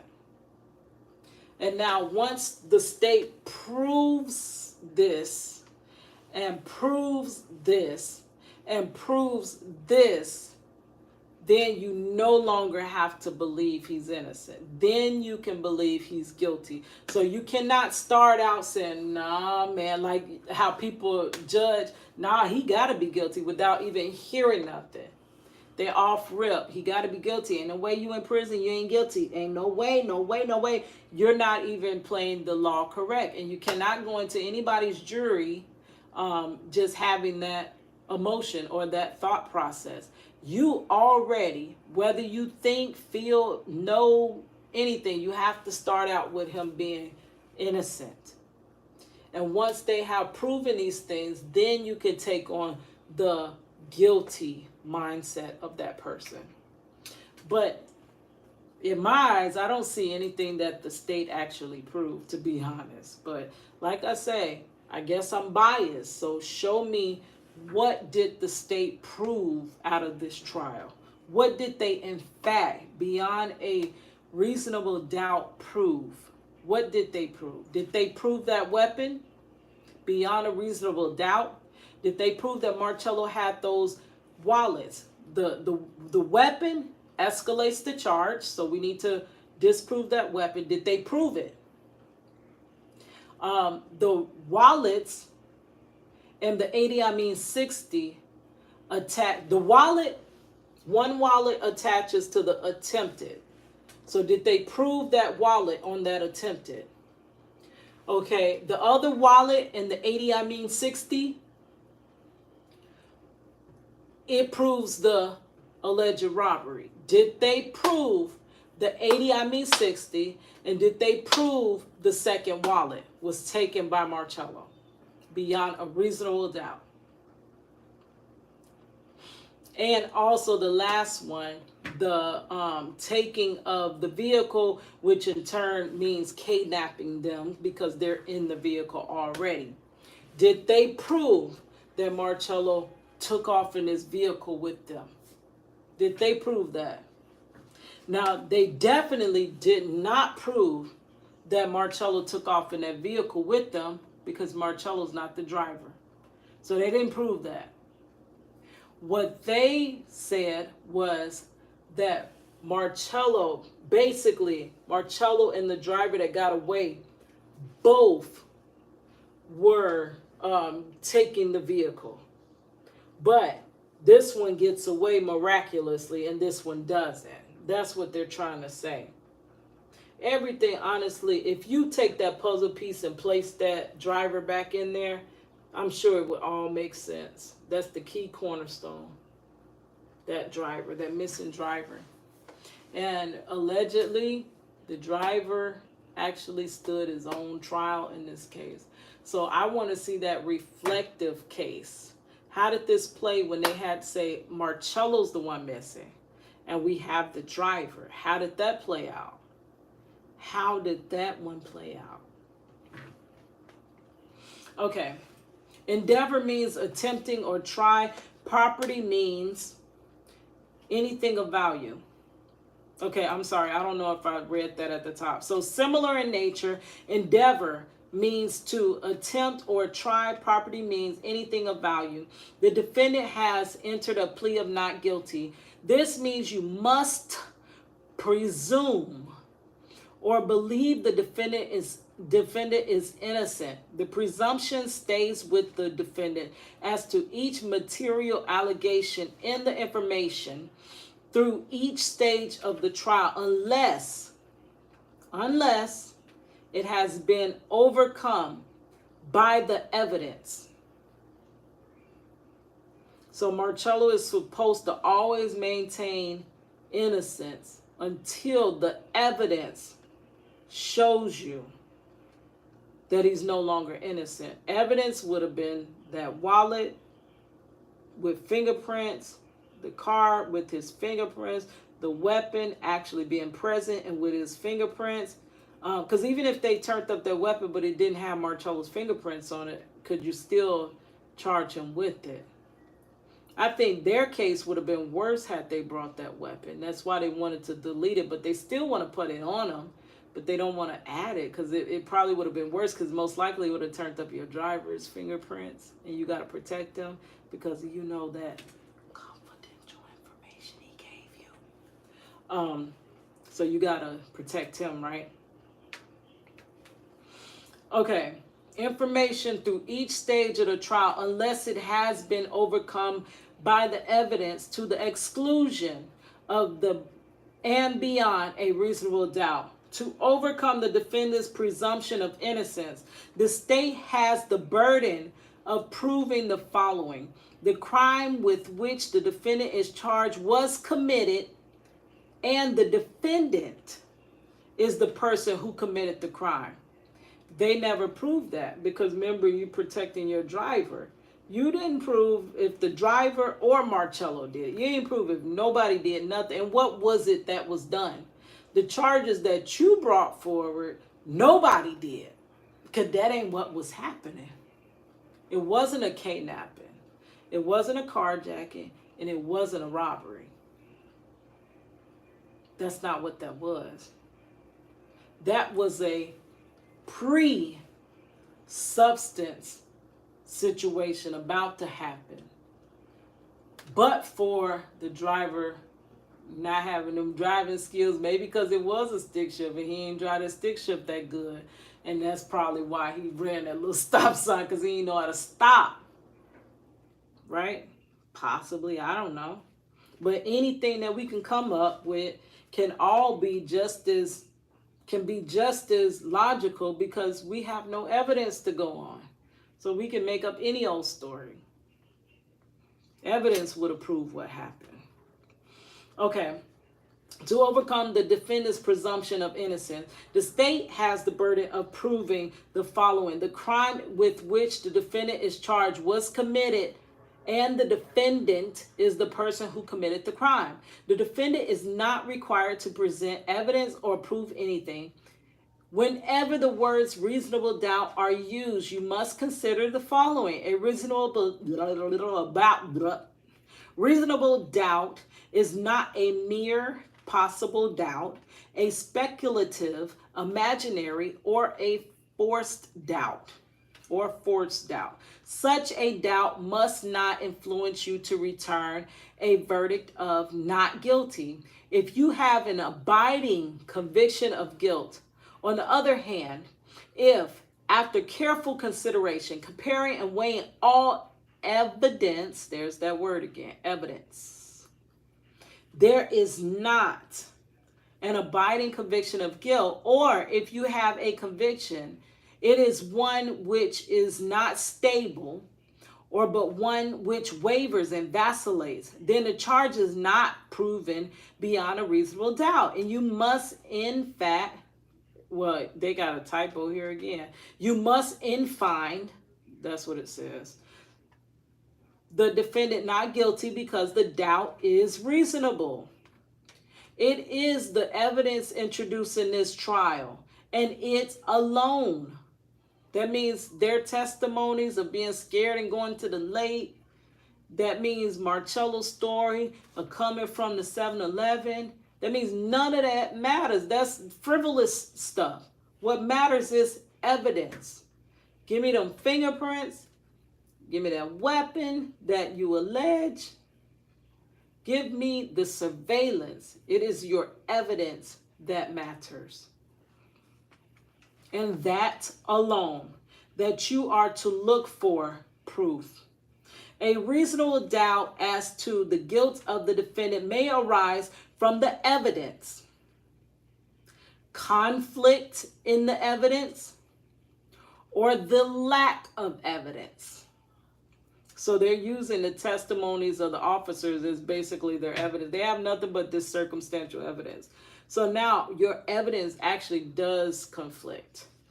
So you're supposed to look at the evidence you actually have, which is 0. You ain't got no evidence. Then you're supposed to look at the conflict. What does not line up? What is not lining up? And then look at the lack. The lack is so big in this case. You're charging him with a weapon that you said that you looked for. How long did you look? Did you look for like an hour? Did you look until the guys went back to the club? How long did you look for this weapon? When it's only the cul-de-sac, railroad track, road. How long did you look for that weapon? Alleged weapon, right?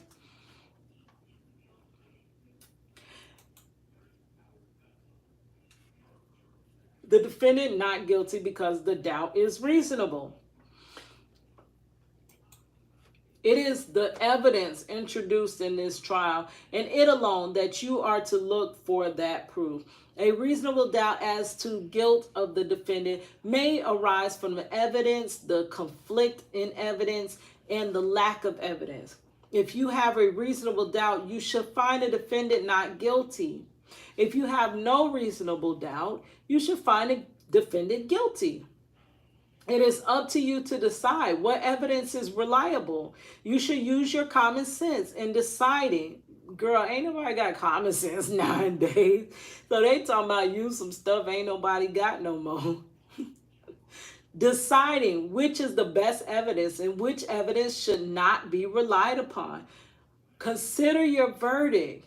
You may find some of the evidence not reliable or less reliable than other evidence. You should consider how the witness acted as well as what they said. Some things you should consider are, did the witness seem to have an opportunity to see and know the things about which the witness testified?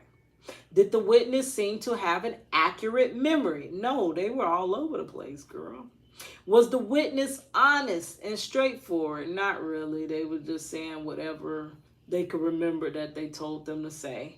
In answering the attorney's questions, did the witness have some interest in how the case should be decided? Yes, they very much did, because they were going to be suspects themselves. So, of course, they had to quickly deflect that and become the victims to not be either in this case, you was in that car, girl, you going to be a victim or you going to be a suspect, either or.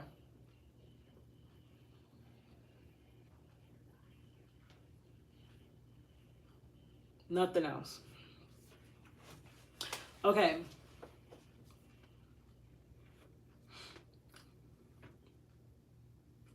Does the witnesses, that means all of the witnesses, because it's plural, girl, testimony agree with the other testimony and other evidence in the case? So does the witnesses coincide, and does the witnesses' accounts coincide with the evidence, or no evidence in this case? Does it coincide? No, it doesn't. Did the witness at some other time make a statement that is inconsistent with the testimony he or she gave in court? Yeah, their original statements were not the same as what they said once they came to court. They had escalated. So yeah, I would say yeah on that one. You may rely upon your own conclusion about the witness. A juror may believe or disbelieve all or any part of the evidence or the testimony of any witness. The defendant in this case has become a witness. You should apply the same rules to consideration of the defendant's testimony that you apply to the testimony of the other witnesses. These are some general rules that apply in your discussion. You must follow these rules in order to return a lawful verdict. So if you actually follow the law, it most times will turn up the correct result. But there's still room for error because we are human and the system's run by human, and humans are not perfect. So until you have a perfect human, you cannot have a perfect system. But I would just say our system is not humanly flawed by our accidents. Our system is flawed by our purposefulness of doing this. Okay. You must follow the law as set in these instructions. If you fail to follow the law, your verdict will be a miscarriage of justice. And that's exactly what this was. Sentencing Marchello at 20 by then, to 40 years without a weapon, DNA, fingerprints, any evidence, is a miscarriage of justice, especially when you did not sentence anybody else with that, when there were 4 suspects. How do you take all of it? Oh, and then that one part,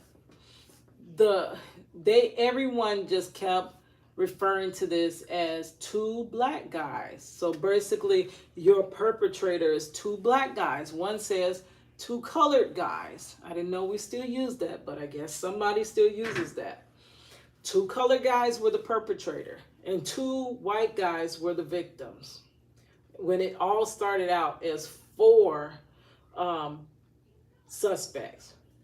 So now the two white suspects are now victims, and the two colored guys and black guys are now perpetrators, except for one colored guy or black guy gets away. Now, this the one thing. The colored guy or black guy that gets away, in all actuality, is not, you would never mistake him for a colored black guy at all. He is light bright, just like Tom Joyner, Drake, Alicia Keys, Mariah Carey, even more would be suffice. You remember back in the day when it was some racially ambiguous African Americans would teeter that line, and they would actually live their lives as though they were white. That is how that other driver that got away looks. And that's the thing, like, they kept everybody. You had a white officer, a Hispanic officer, a black female officer. You had two Caucasian males, which were the alleged victims. You had all of them ID that driver as a black male, most part, and one said colored male. But in all actuality, he's now back in jail, and guess what? It says he's a white male. So that means anybody using their eyesight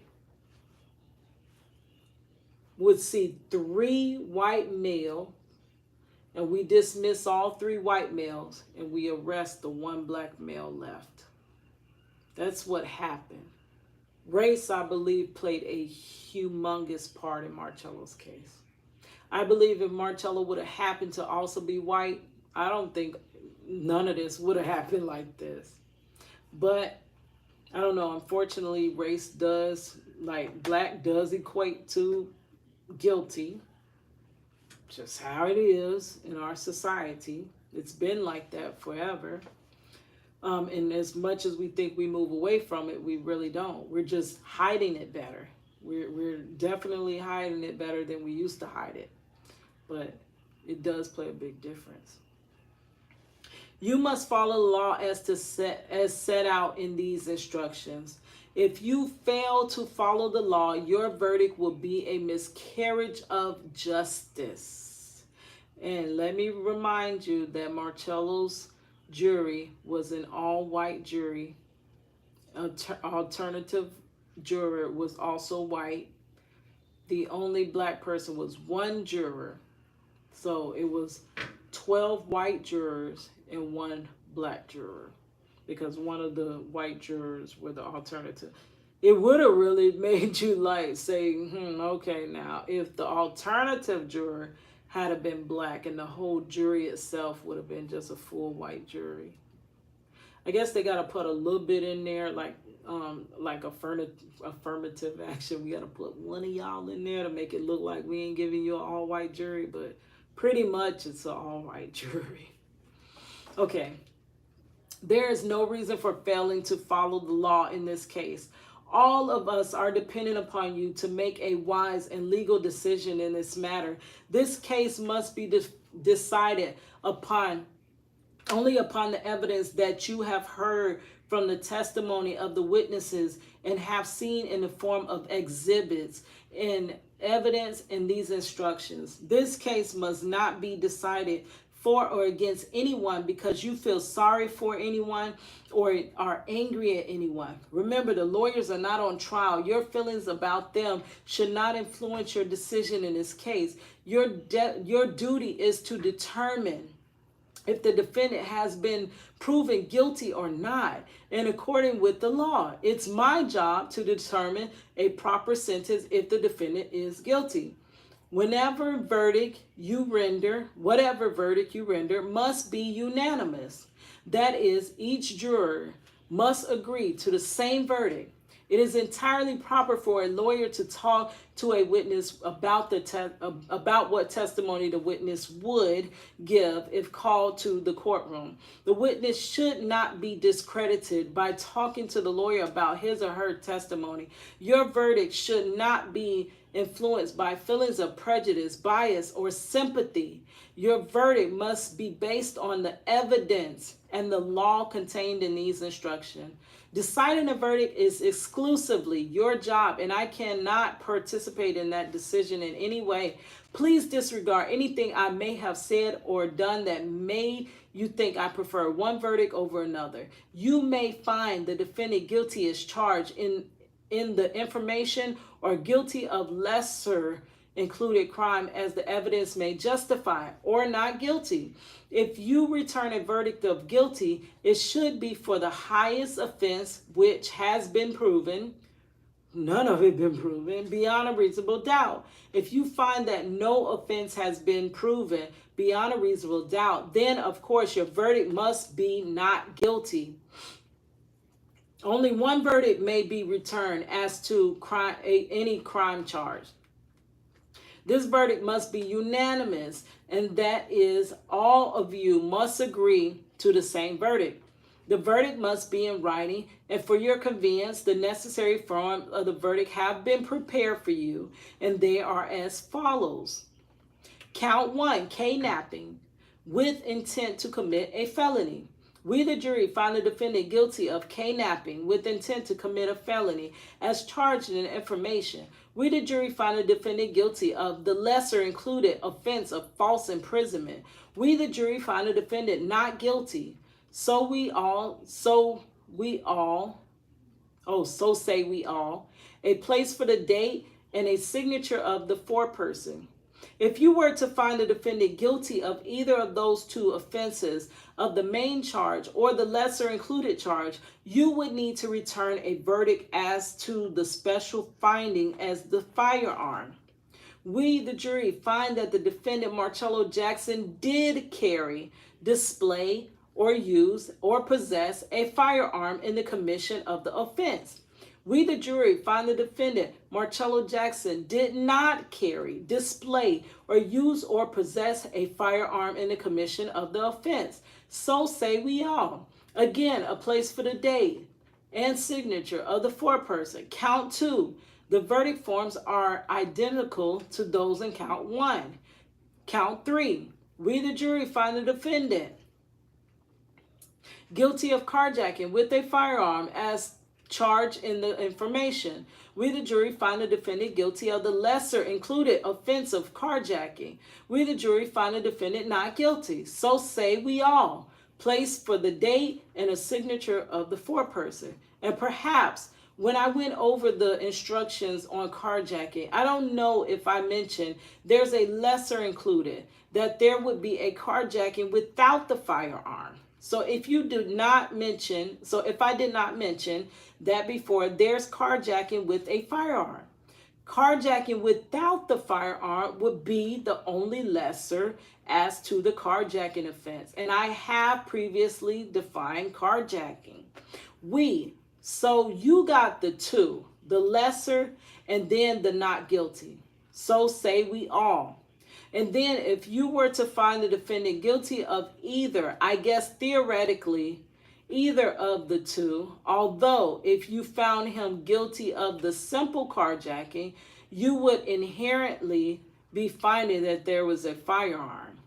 So if you return a verdict as to the carjacking with a firearm, you would next need to fill out the special finding as to the firearm.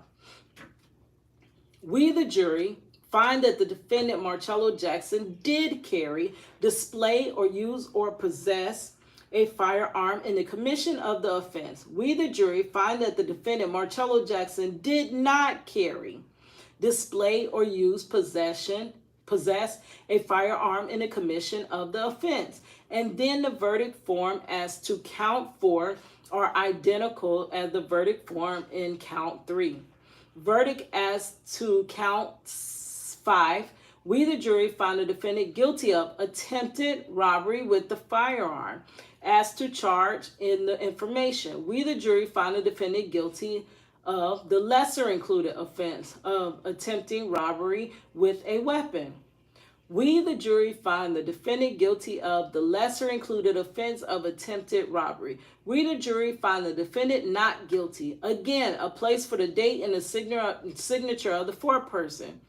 And there should be a theft on that as well. Mr. Sims, God, dog, that's a lot of... How did they go through all of this? This got my eyes about to bust out my head reading this. How did they get through all these instructions? Because I'm sure the judge is reading this, but he's giving them a copy to take back to their place to deliberate. How did they get through all of this and decide on all of these? Because it's not just straightforward. It's if this, then this, if that, then that, then that. You got to consider a lot. You're going to sit down there for a while. And they came back. Oh, we'll get to that. We'll get to that. We almost there. Mr. Sims, yes, sir. The court. And so we'll have this corrected. And so you're going to have the attempted robbery with a firearm, attempted robbery with a weapon, and attempted robbery and then theft. If you were to find the defendant guilty and not guilty, obviously, if you were to find the defendant guilty of any of the robbery, not the theft charges, you would then go to the special verdict form attempting robbery with a firearm. And we, the jury, find the defendant Marchello Jackson did carry, display, or use the possession or possess a firearm in the commission of the offense. We, the jury, find the defendant Marchello Jackson did not carry, display, or use or possess a firearm in the commission of the offense. Again, a place for the date and signature of the foreperson. So we'll fix that. Verdict as to count 6. We, the jury, find the defendant guilty of robbery with a firearm as charged. We, the jury, find the defendant guilty of a lesser included offense of robbery with a weapon. We, the jury, find the defendant guilty of a lesser included offense of robbery. We, the jury, find the defendant guilty of the lesser included offense of petty theft. We, the jury, find the defendant not guilty. And then, again, a place for the date and a signature of the foreperson. You have the same special finding as to the firearm that I have read in the previous counts. A separate crime is charged in each count of the information. And while they have been tried together, each crime and evidence applicable to it must be considered separately, and a separate verdict returned as to each. A finding of guilty or not guilty must not affect your verdict as to the other crimes charged. In just a few minutes, you're going to be taken to the jury room by the court deputy. The first thing you should do is elect a foreperson. The foreperson presides over your deliberations like a chair of a meeting. It's the foreperson's job to sign and date the verdict form when all of you have agreed upon a verdict in this case. The foreperson will bring the verdict back to the courtroom when you return. Your verdict finding the defendant either guilty or not guilty must be unanimous. The verdict must be the verdict of each juror as well as the jury as a whole. In closing, let me remind you that it's important that you follow the law spelled out in these instructions in deciding your verdict. There are no other laws that apply to this case. Even if you do not like the laws that must be applied, you must use them. For 2 centuries, we have agreed to a constitution and to live by the law, even though the law is flawed. No one of us has the right to violate the rules we all share. I wish they really lived by that, though. At this time, the jury will retire to deliberate upon its verdict. All rise the jury, whereupon at 4:19 p.m., the jury retired to deliberate its verdict. The court deputy, you may be seated. The court, all right, any objections to the instructions as given? What says the state? Ms. Brennan, no, Your Honor. What says the defense? Mr. Sims, none, Your Honor. The court, Mr. Jackson, you've been represented by Mr. Sims in this case. Are you satisfied with his representation of you? The defendant, I have no comment, sir. The court, pardon me? The defendant, I have no comment, sir. Thank you. The court, you have no comment. The defendant, I have no comment. The court, all right. We will be in recess pending return of the jury's verdict. Whereupon, at 4:22 p.m., court was in recess pending the call of the jury. By 4:56, that is roughly 30 minutes later, the court. The first question is, now this was the jury had questions. Can we speak? I'm sorry, messed up. Can we ask if anyone knew before court today that the driver who ran was Jackson's cousin and presently in jail? And I ask you, what was he in jail for? And though you said he got away, why you ain't question him then once he went to jail? Because you got to give him that. He gave you something, you got to give him something. And the answer to that is no, you can't ask that. Right? And it doesn't say ask, it said AS. You can't ask that, right? Mr. Sims, right. The court, may we have 2 copies of the transcripts? And this is when this judge, because I sat through this trial, this judge was very sarcastic. And this is when he was like, what do you mean? The transcript, weren't they just listening? And to be honest, this has been etched in my mind for over 2 decades. I knew exactly how this man said this stuff because it never left my mind. It's just like the day my mother died. I could tell you word for word how that day went, girl. I will never forget it, and I will never forget this day. And he was, what? What do you mean? But see, reading a trial, it doesn't read that way. It doesn't look that way. Some things you have to know the context and how it was said.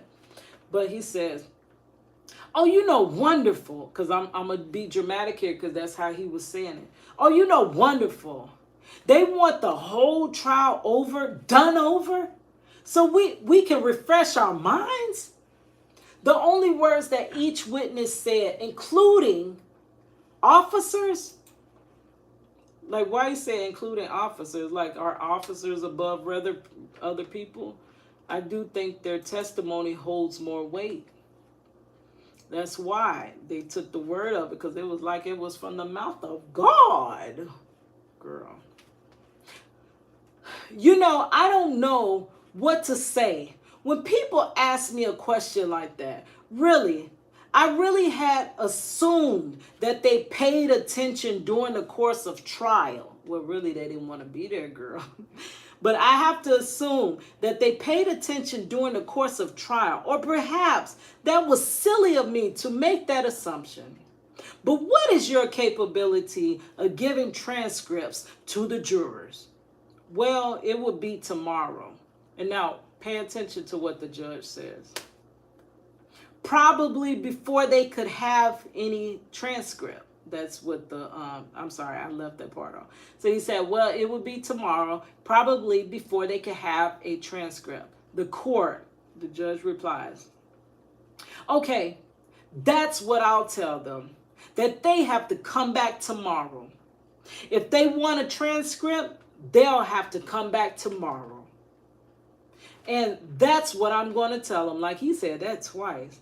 That probably will take care of that problem. What problem? He said that probably will take care of that problem. What is your problem? How do you have a problem with these folks really wanting to look at the transcript? Can you blame them? Because it's this. We don't even know who said what. You're trying to remember who said what because they all got too many different stories. So can you blame them wanting to read back through this transcript? Which means I think they were willing to actually look deeper. But I don't think they really wanted to come back tomorrow because they came back within moments. Okay. But I don't understand how the judge was able to put his, oh, that'll take care of that problem. And you already heard how they were saying that the courts were backed up and everything. It was like they wanted to rush through this trial, basically. It was a rush trial. Okay, here's what I put in here. 1, no. And I made that clear when I said if you had any questions, you had to ask them you had to ask them when the witness was on the witness stand. So the answer to that is no. Mr. Sims, well, that question specifically is, can't we? Did anyone know? The court, it was, can we ask if anyone knew? The only person who knew would be your client. And we couldn't ask him because he invoked his right to remain silent. Mr. Sims, can you say, no, they can't ask instead of no? Because there could be a chance that they might say, well, the court, no, it says, can we ask if anyone knew? The answer is no. No, you can't ask. Mr. Sims, well, I would ask that you say no. You can't ask. The court, well, they can ask. They did. Mr. Sims, well, you can ask, but we can't tell. The court, bring in the jury. Jury enters the courtroom. So that was it. After a little bit after that back and forth, they asked for the transcripts, but they were told they had to come back tomorrow. And the judge commented that'll take care of that problem. I don't understand that part. And the other question was, did anybody know that the driver and the defendant were cousins and that the driver is currently in jail? For what? What he in jail for, girl?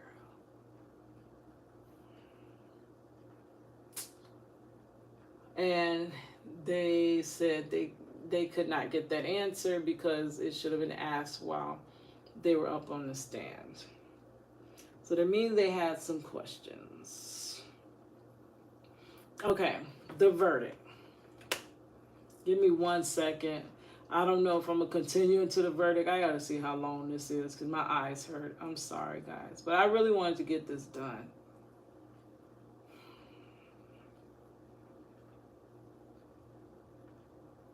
Ooh, reading over this.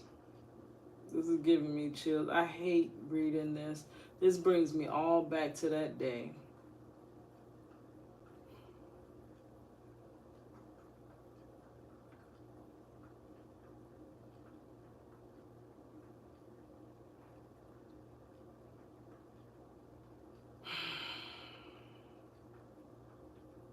I don't even know if I want to put myself through this right now.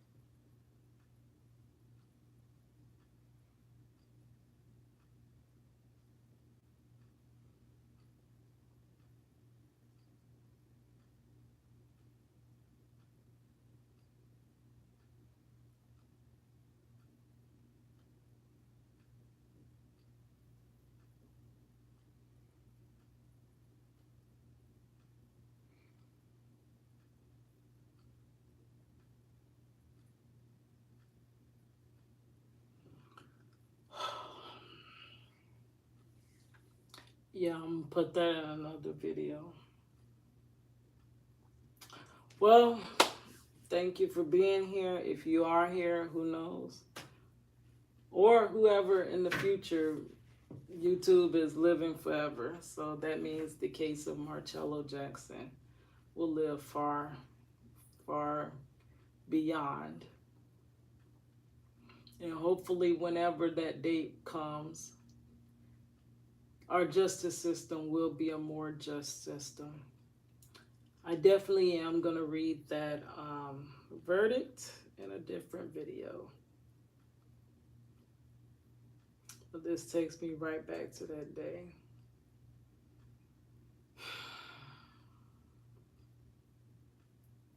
Y'all, don't ride with nobody unless you know these folks, even if they're your family.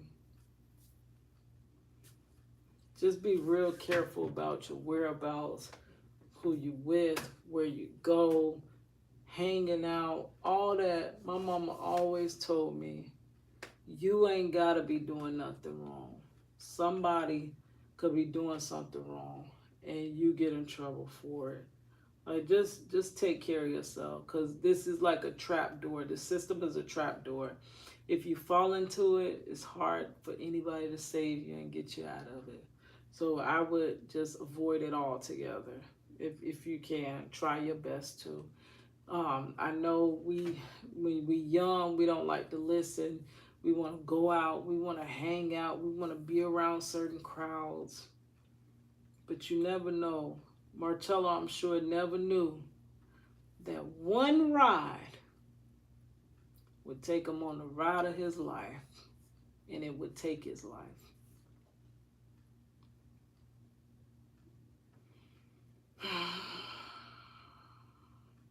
All right, guys, I'll talk to you later.